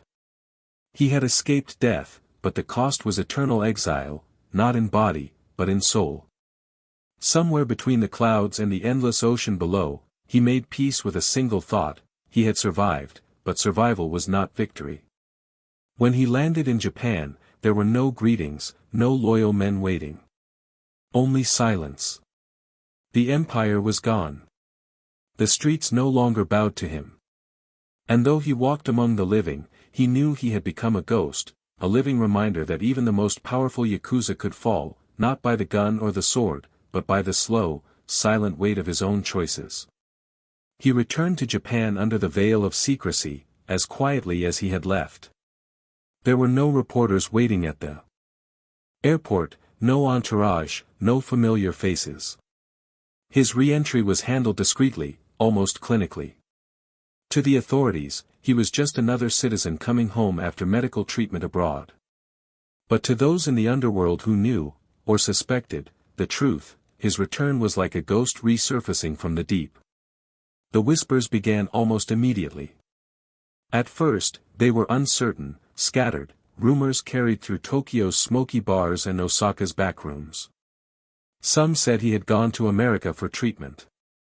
Others claimed he had made a deal with the FBI to avoid prosecution. Then came the version that struck like lightning through the Yakuza world, that Tadamasa Goto, once among the most feared men in Japan, had traded information to save his life. In Yakuza culture, loyalty was not a virtue, it was sacred law. To betray the family was to erase one's identity completely. And if those rumors were true, then Goto was no longer Yakuza. He was Mukiryoku, a man without power or purpose, stripped of the honor that once made him untouchable. When Goto arrived at his Tokyo residence, it no longer felt like home. The familiar walls seemed emptier, colder. The men who used to fill his house, bodyguards, lieutenants, drivers, were gone. The phones that once never stopped ringing were silent. The empire he had built with decades of fear and discipline had vanished, evaporated like smoke. He tried to reach out to old allies, but their responses were distant, cautious. Some refused to meet him. Others offered polite excuses. A few simply disappeared. In the underworld, association with a traitor could be as fatal as betrayal itself. Even those who had once owed their fortunes to Goto now kept their distance, unwilling to risk their standing with the Yamaguchi-gumi. It wasn't long before Goto's worst fears were confirmed. He was formally expelled from the syndicate. The Yamaguchi-gumi, Japan's largest and most powerful Yakuza organization, issued a quiet but absolute order: Goto was no longer one of them. His name was erased from the registry. His subordinates were absorbed by rival factions. His influence, once vast, had been reduced to memory. The humiliation was complete. For a man who had once been both feared and revered, this was worse than death. He had lived by the sword of power, and now he had been disarmed. Still, Tadamasa Goto was not a man to vanish quietly. In the solitude of his exile, he began to write, not letters this time, but reflections. The early notes that would later form his controversial memoir began here, in these empty rooms. He wrote about loyalty, about corruption, about the illusions of brotherhood. But beneath the philosophical tone, his words were soaked in regret. Sometimes, when he walked the streets of Tokyo, people recognized him. Some bowed out of habit, others turned away in disgust. He could feel the tension in the air, a mix of curiosity and condemnation. The newspapers eventually caught wind of his transplant story, and the headlines exploded: Yakuza boss receives liver transplant in the U.S., with FBI help. The story became a national scandal. Politicians were questioned, hospitals investigated, and the U.S. government criticized for allowing a known criminal to bypass ordinary citizens on the organ waiting list. The public outrage was immense. But for Goto, the outrage that mattered most came from the shadows, from the men whose code he had broken. The Yakuza world turned its back on him entirely. Old friends now referred to him only in the past tense, as if he had already died. He was forced to live cautiously. His wealth still offered him comfort, but not safety. He moved frequently between properties, keeping his movements quiet. Some of his former associates hinted that he might not survive long. Others believed that the syndicate, though furious, had chosen not to kill him out of respect for his former position, or perhaps to avoid drawing more attention to the scandal. Whatever the reason, Goto lived as though death could knock at any moment. He filled his days with meditation, writing, and quiet routines. The tattoos across his body, once badges of honor, now seemed to mock him. In Japan, such markings were both power and prison, visible proof of a life chosen and a code broken. Late at night, Goto would sometimes visit small temples, lighting incense for the souls of those he had wronged or lost. The monks never asked questions. In their presence, he could pretend for a moment that he was just an aging man seeking forgiveness. Yet deep down, he knew that forgiveness was not his to claim. When journalists began to pursue him for interviews, he refused at first. But as time passed, something shifted in him. Perhaps it was the weight of isolation, or the faint desire to control how history would remember him. When he finally agreed to speak, his tone was calm, reflective, almost gentle. He spoke of his crimes with detachment, as though recounting someone else's life. He described his illness, his fear of dying, his decision to go to America. He neither confirmed nor denied his cooperation with the FBI, but his silence on certain questions was answer enough. "I did what I had to do," he said softly, "to survive. Anyone who tells you they wouldn't do the same is lying to themselves." Those words would become infamous, quoted endlessly by reporters and critics. Some interpreted them as arrogance. Others saw them as confession. For Goto, they were simply truth. He had lived long enough to see every illusion stripped away. Over the months, the scandal faded from public conversation. New headlines replaced the old. Yet in the criminal underworld, memory ran deep. Goto was never forgiven. He was not hunted, not physically, but he was erased. No Yakuza group would speak his name. No young recruit would cite him as an example. His name became a cautionary tale whispered among those who dreamed of power. Even the greatest can fall, and when they do, they fall alone. In the solitude of his later life, Goto found a strange peace. He tended to a small garden behind his house. He fed stray cats. He stopped drinking. Sometimes he would sit for hours, just listening to the sound of rain against the glass. The city continued to move without him, fast, bright, merciless. And though the world no longer feared him, perhaps for the first time, he no longer feared the world either. He had survived, but at the cost of everything that once made survival worth it. He lived quietly now, like a shadow that had outlived its body. Gone were the neon lights, the roaring engines, the crowded nights filled with money and blood. Tadamasa Goto spent his mornings in silence, brewing tea, listening to the faint hum of the city from the balcony of his modest Tokyo home. He no longer needed guards, no longer commanded men. The empire he once ruled had faded into rumor, and he existed now only as an echo of what he had been. But even in exile, his name carried a strange power, not of respect, but of warning. Young Yakuza recruits, barely old enough to shave, whispered about him in smoky bars. The man who sold his soul to the FBI, they would say, almost in disbelief. Some said he was dead. Others said he had gone mad. The truth, as always, was quieter, and sadder. He was alive, living among the very society he had once scorned, carrying the invisible mark of his own betrayal. Every now and then, he would catch fragments of news about the Yamaguchi-gumi, arrests, wars, leadership changes. But the organization had moved on without him. The men he had once mentored had either retired, been imprisoned, or buried. The world he built no longer existed. He was a relic of an era Japan preferred to forget. In his isolation, Goto began to write in earnest. What had started as scattered reflections during his recovery in America grew into structured essays, part memoir, part confession, part philosophy. Writing became his new ritual, a way to give form to the silence that surrounded him. He wrote about loyalty, violence, and the illusion of brotherhood. About how power corrodes truth.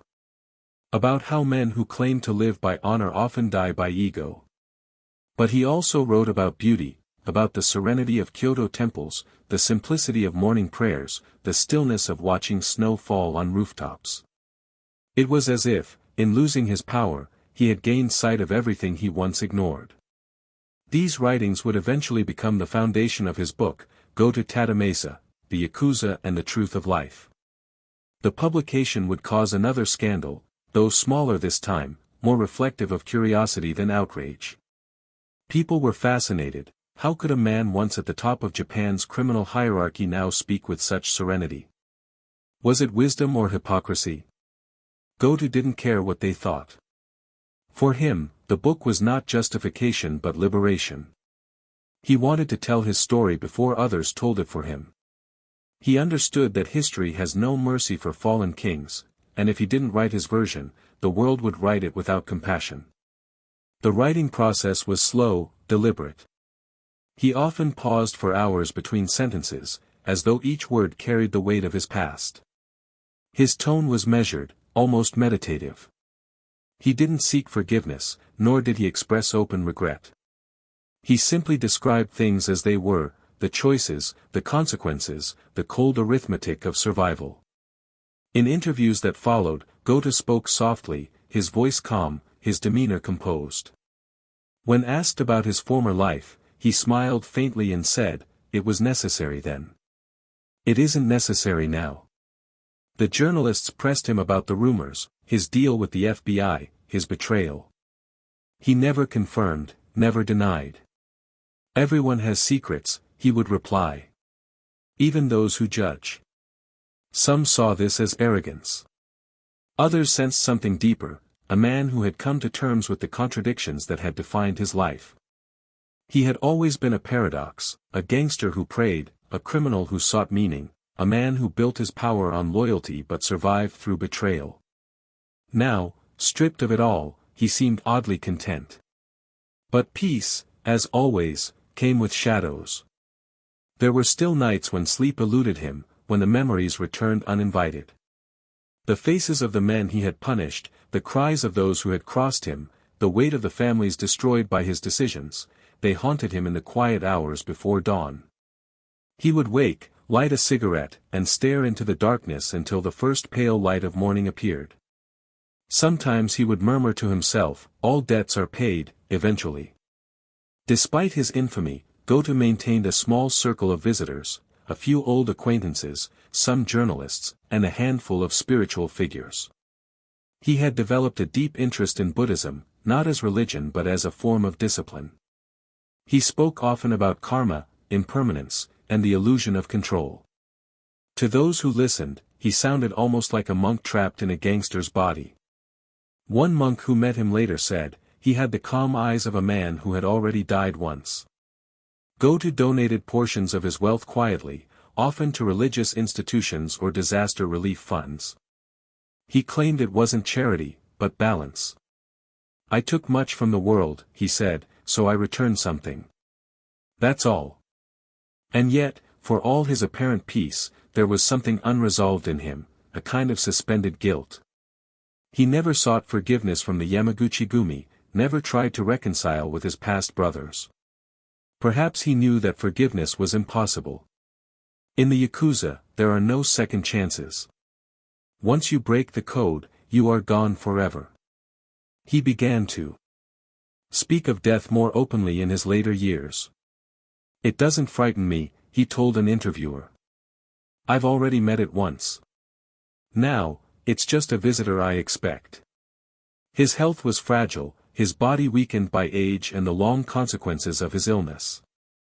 But his mind remained sharp, his memory exact. In those final years, Goto seemed to exist in two worlds at once, half in the present, half in the past. He still carried the mannerisms of a boss, the controlled posture, the deliberate speech, the faint air of authority. But behind that, there was something softer, a man who had made peace with impermanence. He would often end his conversations with a gentle bow, saying, we all chase illusions. Power, loyalty, revenge, they're just smoke. When you let go of them, you can finally breathe. The public, still fascinated by him, couldn't decide what to make of this transformation. Was it redemption or performance? Repentance or self-mythology? Perhaps even Goto didn't know. But one truth remained undeniable. The man who once ruled through fear had become a philosopher of failure, a mirror for the fragility of human ambition. And as the seasons turned and years slipped quietly by, Tadamasa Goto, the Yakuza boss who sold his soul to survive, faded gently into legend. Not the kind written in glory, but the kind whispered softly in the night, a reminder that even the most powerful must one day face the quiet judgment of their own conscience.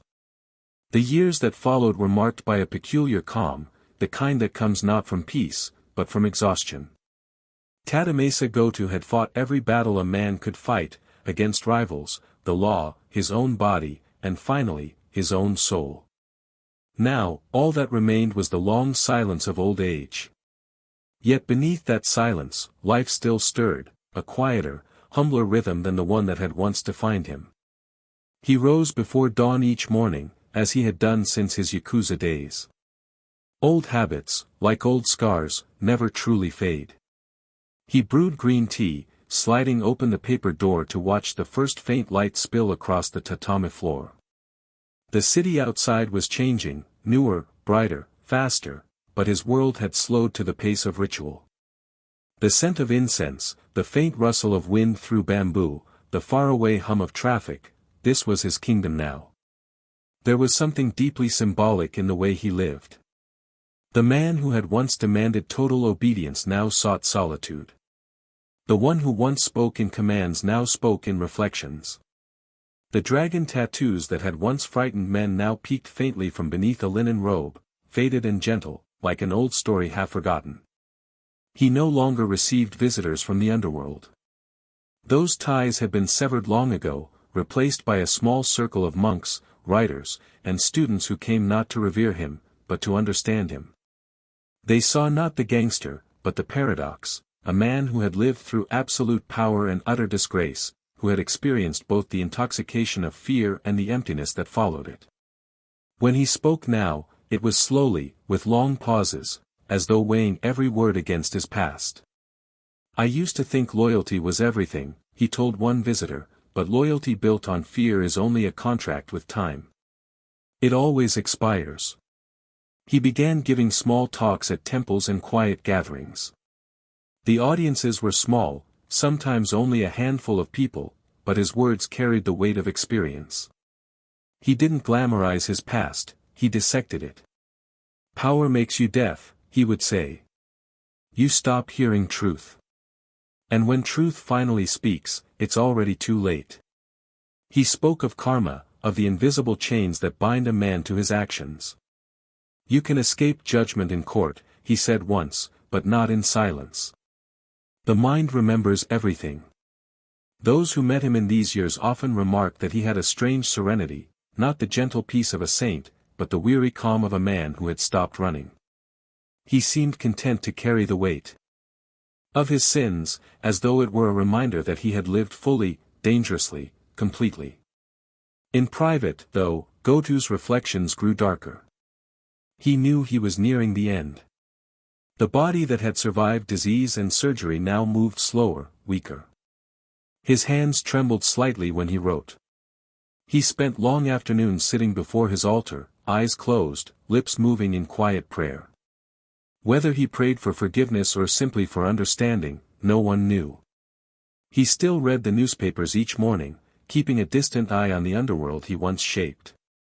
He noticed how much had changed. The new generation of Yakuza leaders lacked the discipline and structure of his era. The codes he once enforced had dissolved into greed and chaos. They are businessmen now, he once murmured, but they've forgotten that fear is a poor investment. At times, he almost pitied them. At others, he pitied himself more. Despite his seclusion, journalists occasionally sought him out. They wanted stories, secrets, names, confessions. He never gave them what they expected. Instead, he offered riddles. The truth, he said in one interview, is like a knife. It cuts both ways. You can't hold it without bleeding. He was asked if he regretted cooperating with the FBI, if he saw it as betrayal. Goto smiled faintly. Regret is for the living, he said. The man who made that deal died a long time ago. It was an answer that silenced even his critics. There was a strange dignity in his refusal to justify himself. He had stopped explaining, stopped defending. He simply existed, as if beyond judgment. Around this time, he began spending much of his life in Kyoto, where he lived near a small temple surrounded by maple trees. The temple monks treated him kindly but without ceremony. They saw the man, not the legend. He swept leaves, tended the garden, joined morning chants. The tourists who passed by never guessed that the quiet old man arranging flowers in the courtyard had once been one of Japan's most feared Yakuza bosses. He wrote his last essays there, reflecting on impermanence, the Buddhist idea that everything changes, that nothing lasts. I built my life like a fortress, he wrote, but even stone turns to dust. Power, fear, money, loyalty, all vanish. The only thing that remains is the echo of what we believed. He sent the manuscript to his publisher with a simple note, "This is not confession. It is remembrance." When asked once what he wished people would learn from his story, he paused for a long moment before answering. That strength without compassion is weakness, he said softly. And that the hardest man to face is the one in the mirror. There was no bitterness in his tone, only a quiet acceptance. He had outlived everyone who had once mattered to him, his rivals, his allies, even his enemies. The war was long over, and he was its last survivor. Sometimes, during spring, he would walk along the riverbanks, watching the cherry blossoms drift on the water. The petals, fragile and brief, seemed to mirror his thoughts.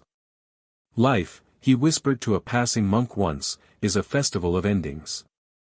And as the monk bowed and walked away, Goto remained still beneath the falling blossoms, the wind brushing his face. In that moment, he was neither gangster nor exile, neither sinner nor saint, only a man, quietly watching the world move on without him. In that stillness, he seemed to find the peace that had eluded him all his life, not forgiveness, perhaps, but understanding. He knew, at last, that his story was no longer his own. It belonged to the world, to history, to the strange memory of a man who had walked through darkness and emerged not unscarred, but aware. And maybe, for Tadamasa Goto, that awareness, that fragile wisdom earned through ruin, was the closest thing to redemption he would ever find. The autumn air in Kyoto carried a chill that seemed to settle deep into his bones. By now, Tadamasa Goto had lived longer than anyone, including himself, had expected.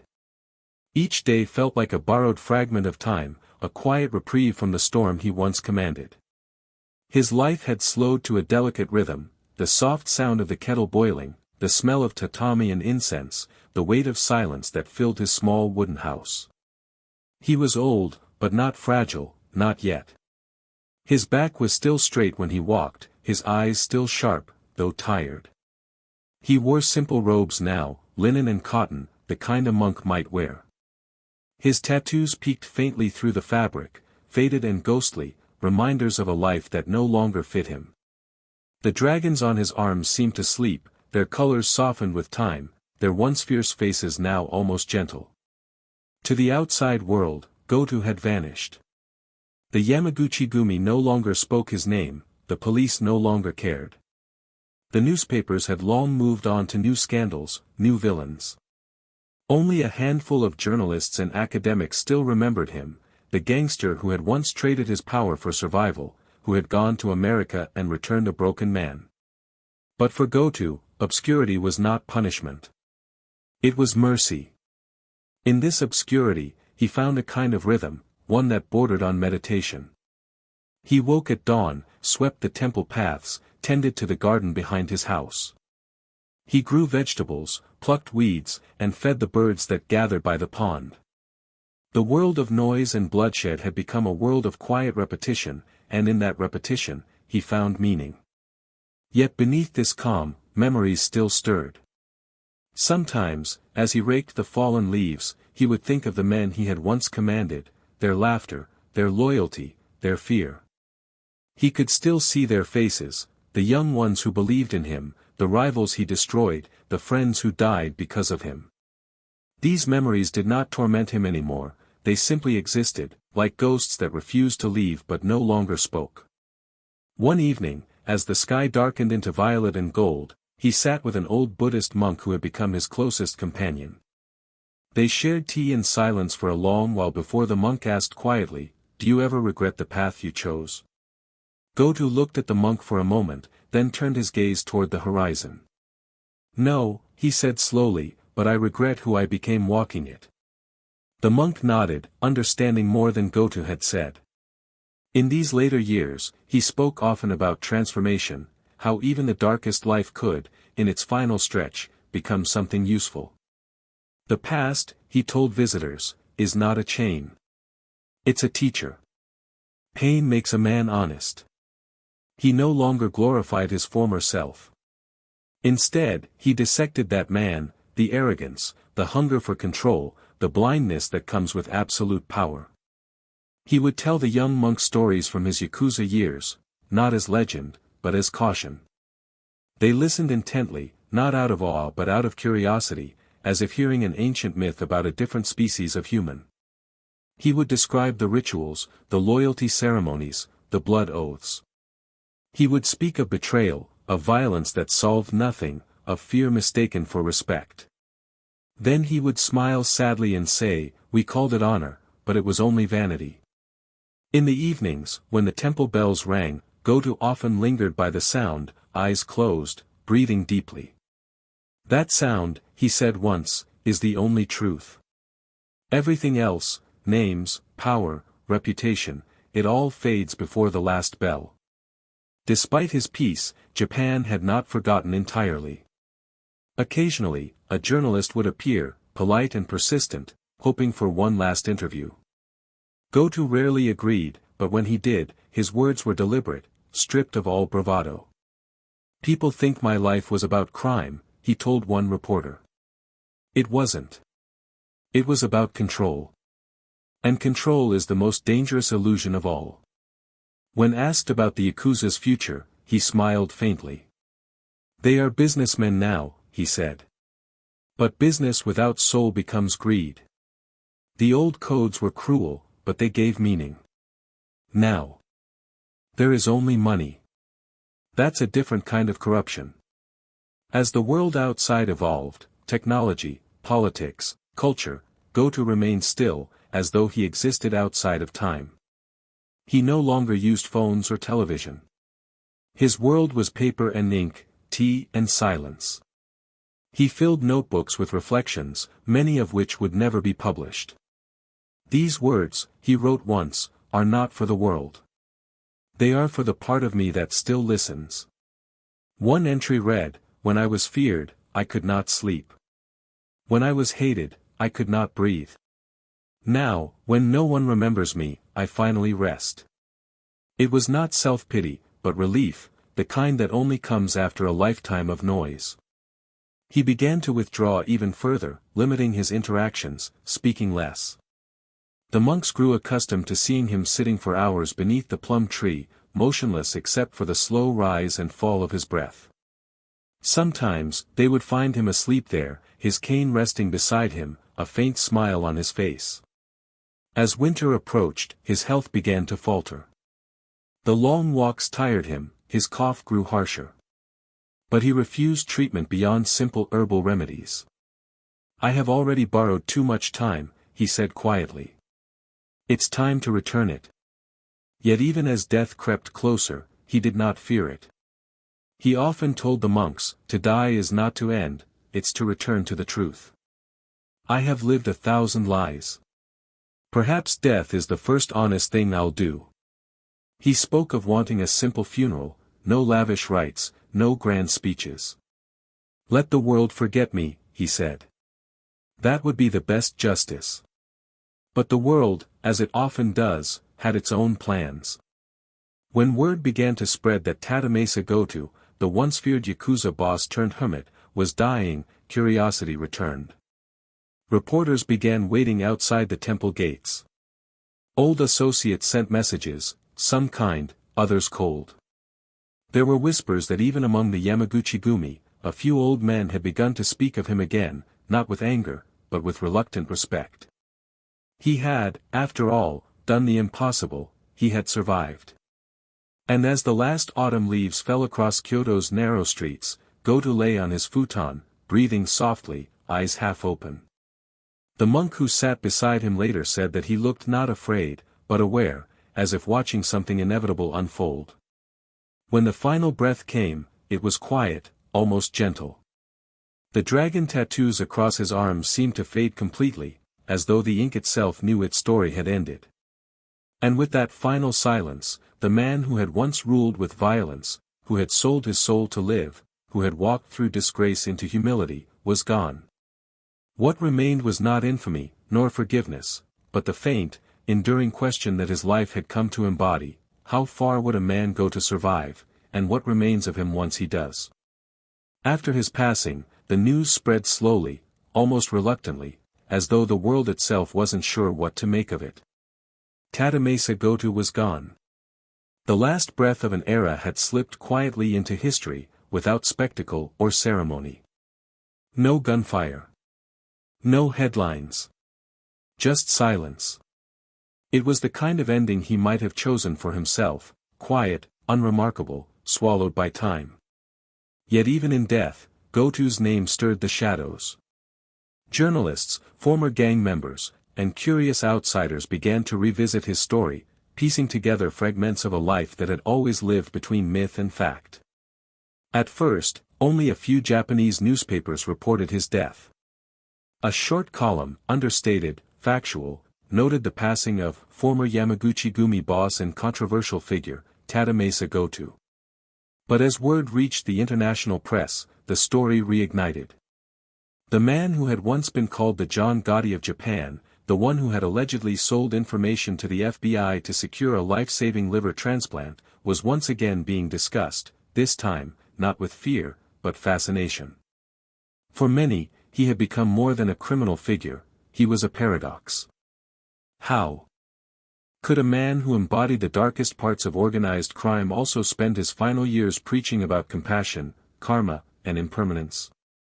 It was this contradiction that made his story endure, the gangster who had sought enlightenment, the traitor who had found peace. The public response was divided. Some saw his later years as genuine repentance, a man transformed by mortality. They admired his courage to face his past, to speak of his mistakes openly. He found a kind of redemption, wrote one columnist, not in forgiveness, but in acceptance. Others were less forgiving.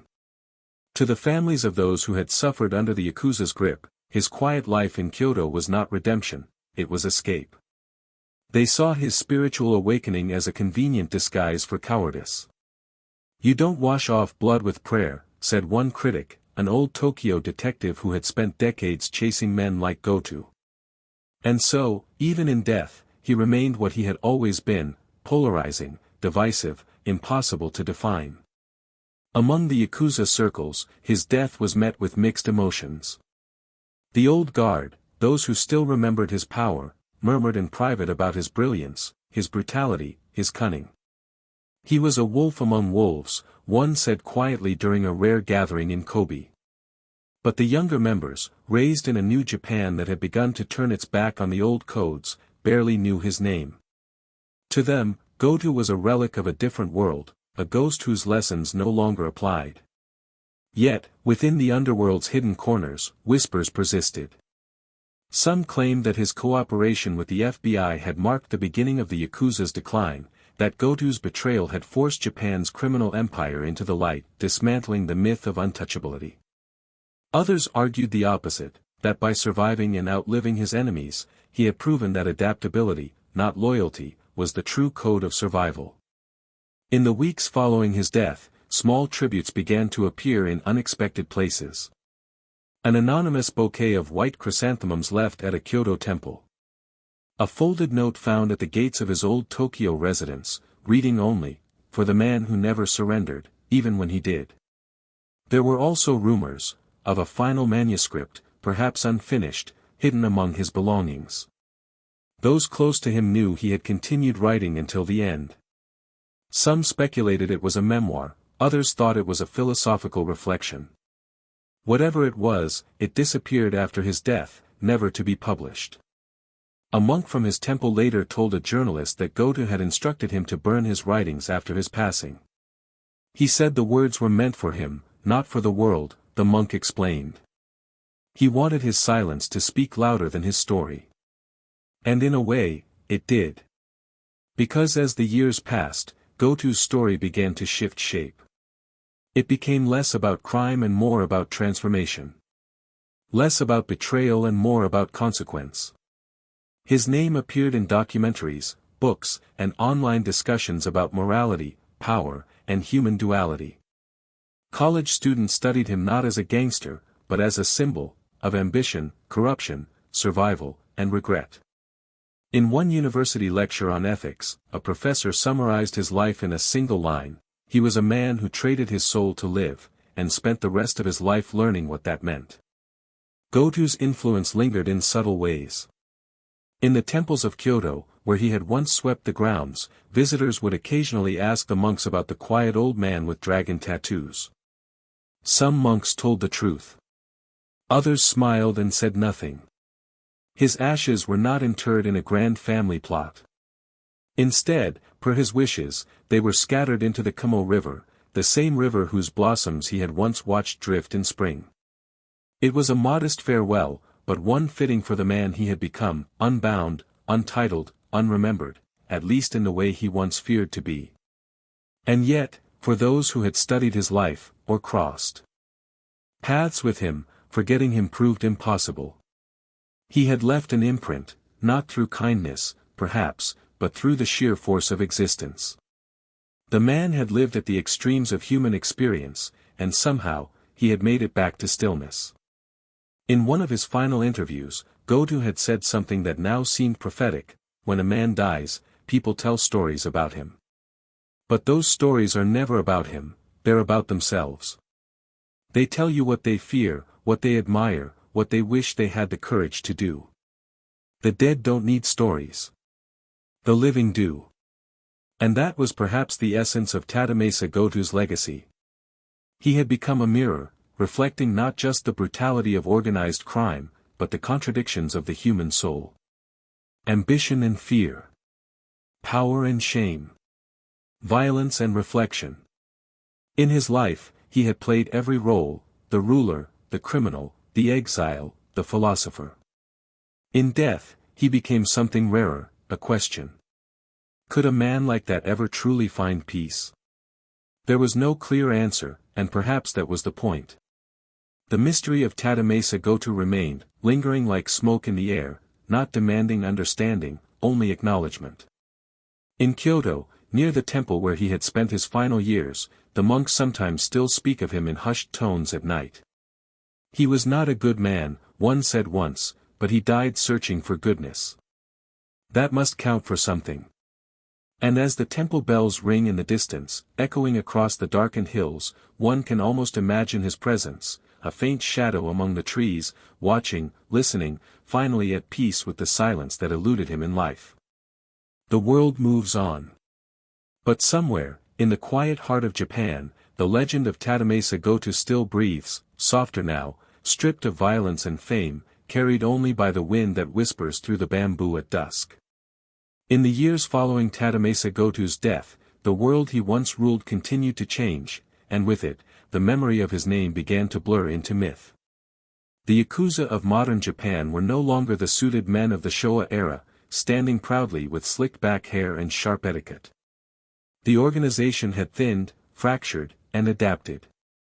The tattoos, once symbols of honor, had become relics; the rituals, once sacred, had turned performative.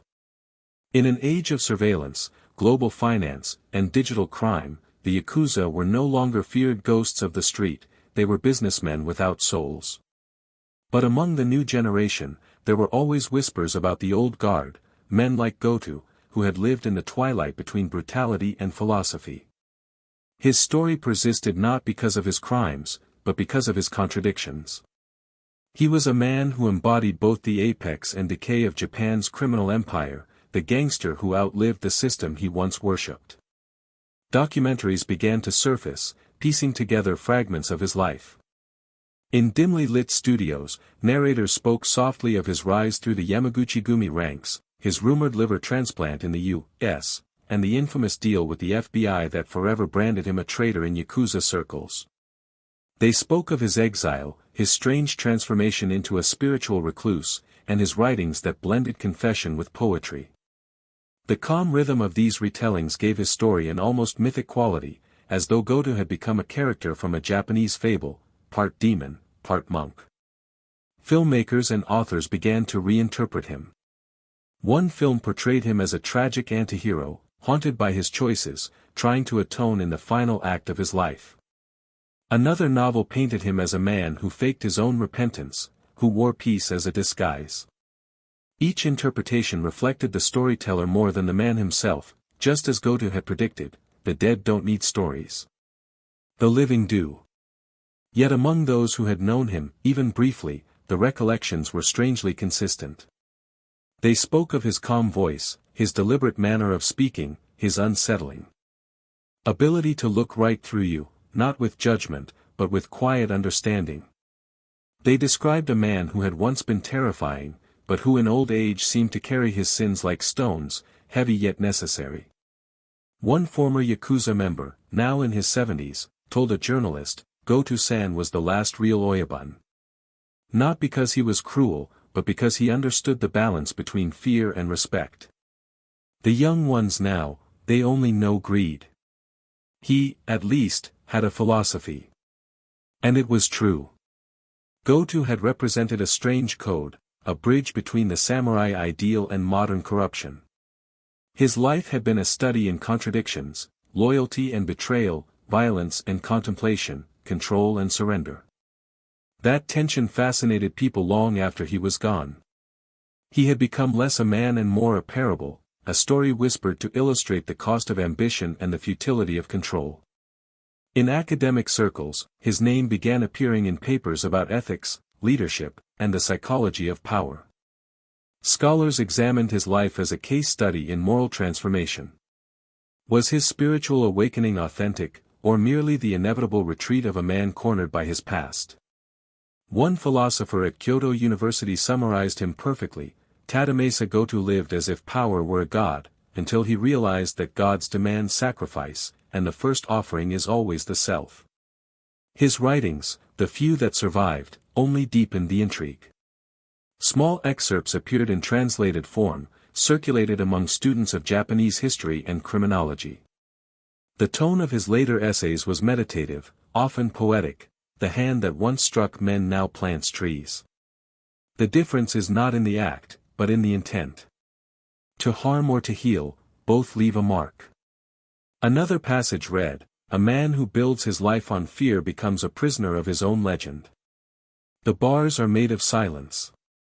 These lines, stripped of their context, spread online like fragments of forgotten wisdom. Young people who had never heard of the Yakuza began quoting him, not knowing the blood behind the words. Goto had become, in a strange way, a philosopher for the digital age, a ghostly voice speaking of emptiness, ego, and impermanence. Meanwhile, in Kyoto, the temple where he had spent his last years became a quiet point of pilgrimage. Not officially, not advertised, but word traveled. Travelers came, sometimes leaving incense or folded paper cranes near the courtyard. The monks rarely acknowledged it, but occasionally one would nod knowingly and say, "He is gone, but his silence remains." It wasn't only in Japan that his legend lingered. Western true crime enthusiasts and scholars took renewed interest in his story. To them, Goto represented something universal: the fall of a titan, the paradox of sin and redemption. In America, where the myth of the mafia had long dominated, Goto's tale offered something different: a colder, quieter tragedy rooted in discipline and shame rather than chaos and pride. Podcasts narrated his story in soothing tones, like bedtime tales for insomniacs drawn to darkness. The rhythm of his life, the rise, the fall, the strange peace at the end, fit perfectly into long-form storytelling. Listeners were lulled by the contrast between violence and serenity, between the chaos of his youth and the stillness of his final years. In that contrast, people found comfort. It reminded them that even the darkest soul could tire of its own storm. And so, over time, Tadamasa Goto ceased to be a man in people's minds. He became a symbol, of contradiction, of impermanence, of humanity's strange capacity for both cruelty and grace. His legacy no longer lived in the archives of police records or gang histories. It lived in the soft-spoken storytellers who repeated his tale, in the writers who quoted him without knowing the full story, in the late-night listeners who fell asleep to his name. In death, he had achieved what he could never find in life: peace through anonymity. The world that once feared him now found him fascinating, even soothing. And perhaps that irony would have amused him. Because if there was one truth that defined Goto's existence, it was that everything, power, reputation, fear, fame, was fleeting. He had chased all of it, lost all of it, and finally understood that the only thing that endures is story. And his story, whispered in low voices and dim rooms, continued to flow, like the river that carried his ashes, winding endlessly through the city he once called home. Time, as it always does, began to erode the sharp edges of memory. A decade after Tadamasa Goto's death, his name no longer appeared in newspapers or police briefings. The world had changed once again, faster, more digital, more distracted. The old symbols of power, the suits and tattoos, the rituals of loyalty, had become curiosities from another age. The new generation in Japan barely knew his story.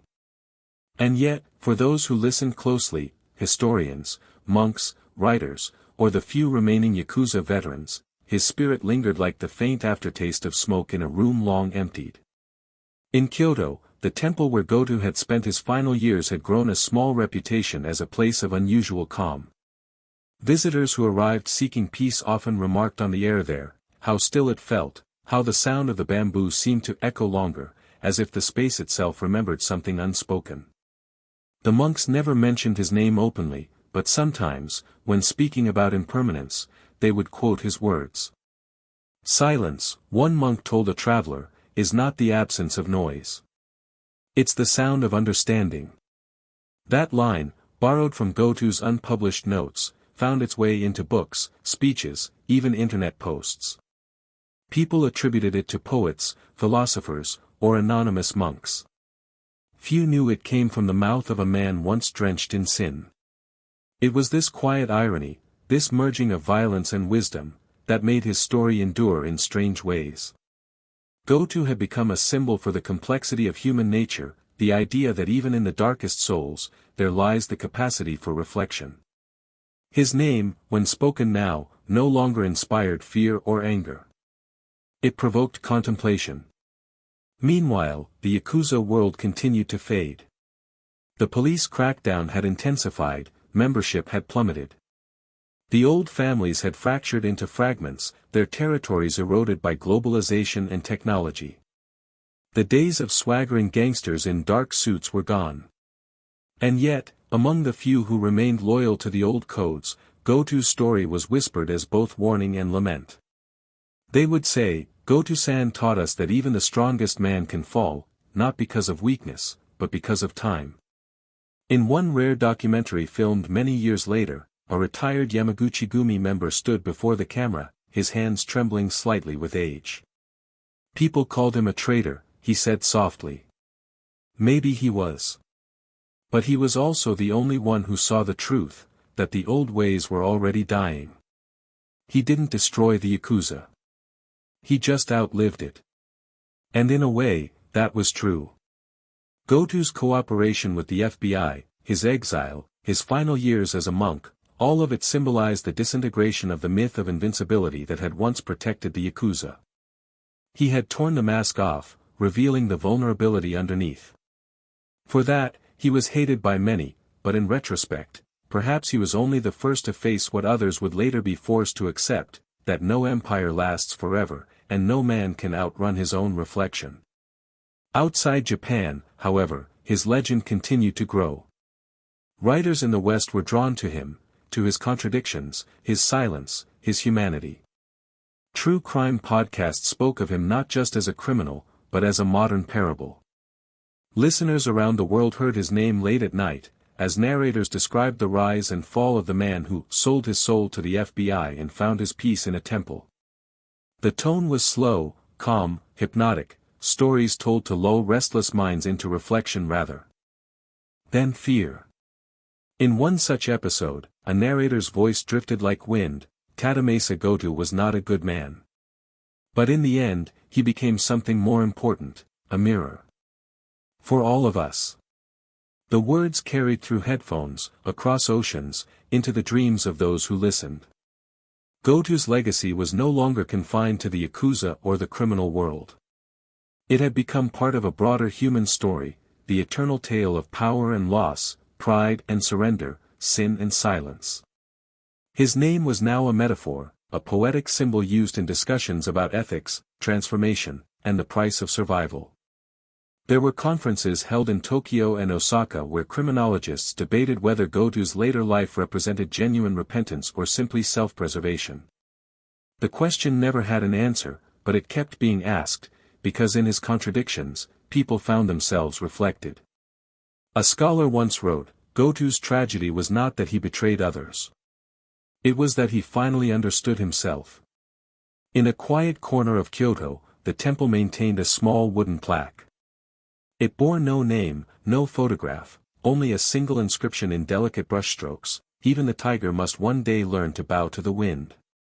Those who knew the story recognized it immediately as his. The monks never confirmed it, but sometimes, on certain evenings, when the wind swept through the courtyard and the bamboo leaves whispered, they said it felt as if Goto's presence moved with it, not haunting, not burdened, but simply watching. Outside of temples and academia, his influence appeared in unexpected places. Musicians sampled his voice from old interviews, layering his soft, deliberate Japanese over ambient tracks. Artists painted him as a spectral figure, half shadow, half light, surrounded by blossoms or mist. A few even compared him to fallen emperors, men who once ruled with iron and ended in contemplation.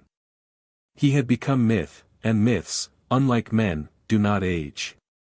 Yet beneath all the retellings, the reinterpretations, the romanticism, something more human endured. Somewhere in his quiet Kyoto room, now long empty, there had once been a notebook, the last he ever wrote. It contained a short reflection written in neat, careful strokes. When I was young, I thought strength was control. When I grew old, I learned that control is an illusion. The only real strength is the ability to let go. It was this line, whispered in various forms across countless retellings, that survived longer than any headline, any scandal, any betrayal. It was quoted in self-help books, in meditation guides, in quiet corners of the internet. The man who had once inspired fear had somehow become a symbol of peace. And maybe that was the greatest twist of all. The gangster who lived by power and died in silence had transformed into a gentle voice that guided others toward stillness. His name had crossed from the underworld into the world of reflection, from violence into calm. In this strange afterlife of stories, Tadamasa Goto had finally achieved what he could not in flesh, he had become timeless. Not through fear, not through blood, but through understanding. And as the wind moved through the temple gardens and the sound of the bells drifted through the night, it was easy to imagine that somewhere, in the quiet beyond time, Goto was still listening, not as the boss, not as the exile, not even as the penitent, but simply as a man who had at last found silence deep enough to rest within. The years moved onward, carrying Tadamasa Goto's memory further from the present and deeper into the folds of history, but as often happens with lives lived in extremes, his name refused to vanish completely. Time did not erase him, it redefined him. He became less a man, more a question, a story retold in whispers, in essays, in podcasts, in the drifting tone of late-night storytellers who found poetry in contradiction. By the third decade since his death, Goto's name had settled into the same quiet place in Japan's cultural memory that ancient warriors and poets occupy, distant, debated, yet never forgotten. His portrait appeared not in newspapers but in documentaries that explored the fading world of the Yakuza, dimly lit rooms, smoke curling upward, a low voice narrating the rise and fall of men who mistook fear for respect. Inevitably, Goto's chapter came last, the final act in the story of an empire that had devoured itself. In the footage that survived, his presence was hauntingly calm. He sat in his later years with hands folded, eyes steady, voice slow, not the brash, booming Yakuza leader one might expect, but a man who spoke with the gravity of someone who had outlived both his power and his enemies. Viewers watching these documentaries decades later would pause, wondering how a man responsible for so much fear could project such peace. The contradiction intrigued people. He seemed almost unreal, the kind of figure that could only exist in the blurred space between legend and life. As society continued to modernize, the Yakuza became an uncomfortable relic of Japan's past. Their hierarchies crumbled under the weight of law enforcement and changing public sentiment. The younger generation no longer revered the codes of obedience and sacrifice. They grew up in a Japan of convenience stores, neon lights, and digital anonymity. The tattoos that once symbolized loyalty were now badges of exclusion. But every so often, when a journalist or filmmaker tried to make sense of how that vast criminal system had once operated with such discipline and fear, Goto's story would emerge again, a compass pointing to the paradox at its core. He had embodied both the highest and lowest ideals of that world, loyalty, ruthlessness, intelligence, betrayal. And in his final years, he had become its reluctant eulogy, the living proof that even the most powerful syndicate could crumble from within. In one televised interview, an elderly crime historian spoke softly, Goto-san was the end of the myth. After him, the Yakuza could no longer pretend to be samurai. They were just men chasing ghosts of honor in a world that no longer believed in it. It was a poignant observation, that Goto's life had marked not only his own fall, but the symbolic death of an entire cultural archetype. Meanwhile, his reputation in the West continued to evolve. There, he was no longer seen as just a criminal, but as a study in the psychology of redemption. His story appeared in university courses on ethics, trauma, and cultural identity. Students debated questions his life raised: can a man who lived by violence find peace through self-awareness? Is redemption possible if forgiveness never comes? Does transformation require punishment, or merely time? In the quiet tones of these discussions, Goto's image softened. He was not excused, but he was understood, not as a villain, but as a mirror. In one essay published by a European philosopher, Goto was described as the last samurai of the underworld, a man who sought enlightenment not through devotion, but through despair. It became one of the most quoted lines in later reflections on him. The irony was striking: the man once condemned for betrayal had, through time, betrayed only one thing, the narrative of pure evil. His life forced people to confront the uncomfortable truth that even darkness can learn to sit in stillness. And perhaps that was his greatest legacy, not what he did, but what he revealed. In Japan, a few old men still remembered him. They met quietly in coffee shops or temple courtyards, reminiscing about the days when his name carried the weight of thunder. He wasn't like the others, one of them said once, voice low. He understood that fear doesn't last. Respect doesn't last. Only memory does, and even that fades unless you give people a reason to remember. A reason to remember. That line echoed through the years, because Goto, consciously or not, had given the world one. His writings, what little survived, continued to circulate in fragments. One paragraph became especially famous, shared endlessly online, quoted in films and social media posts alike: I once believed power was proof of life. But power is only noise, a loud distraction from the silence waiting underneath. Every man, no matter how feared, must one day sit in that silence and listen to what it says. Those words, carried far beyond Japan, resonated across cultures. People who had never heard of the Yakuza found meaning in them: executives burned out from ambition, soldiers struggling with guilt, ordinary people wrestling with the shadows of their own choices. Goto's words became universal because they spoke to something deeper than crime, the human struggle with ego, time, and consequence. The temple where he had lived remained unchanged. The garden still bloomed each spring. Tourists, unaware of its history, came for the tranquility. Occasionally, someone, an old admirer, historian, a pilgrim of paradox, would stop by, leaving incense or a small note. Most said nothing, but a few wrote words that echoed his own reflections: there is no redemption without awareness. The silence remembers everything. The monks, as always, accepted these offerings with quiet smiles. They no longer spoke his name. They didn't need to. The air itself carried his presence, not as a ghost, but as an impression. Like the faint scent of incense after prayer, he lingered, invisible but undeniable. By now, Tadamasa Goto's life had crossed from history into allegory. He represented the rise and fall of not just one man, but an entire philosophy, the illusion that control could conquer impermanence. His downfall was not just personal, it was cultural. And his final piece became a kind of message, that even in a world built on power, the last lesson is always humility. A journalist writing an anniversary piece summed it up perfectly: Goto's story reminds us that darkness is not the opposite of light, it's the teacher that shows us where light can be found. And perhaps that was why his story endured, not in museums or monuments, but in quiet reflections, in midnight podcasts, in the inner thoughts of those who sought to understand the boundaries between sin and serenity. In the end, Tadamasa Goto had not escaped judgment, nor had he earned redemption. He had done something rarer, he had accepted both.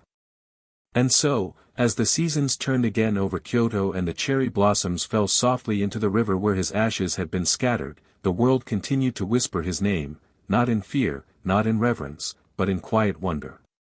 Because sometimes, the most haunting stories are not of villains or saints, but of those rare souls who manage to be both. The night was cool in Kyoto, the kind that felt older than the city itself. The wind carried with it the scent of rain and the faint hum of cicadas that sang from the darkness beyond the temple walls. Somewhere near the river, a lantern flickered, its light reflecting in ripples across the slow-moving water. This was the same river where, years ago, Tadamasa Goto's ashes had been scattered. Yet even now, long after his death, it seemed the place had not forgotten him.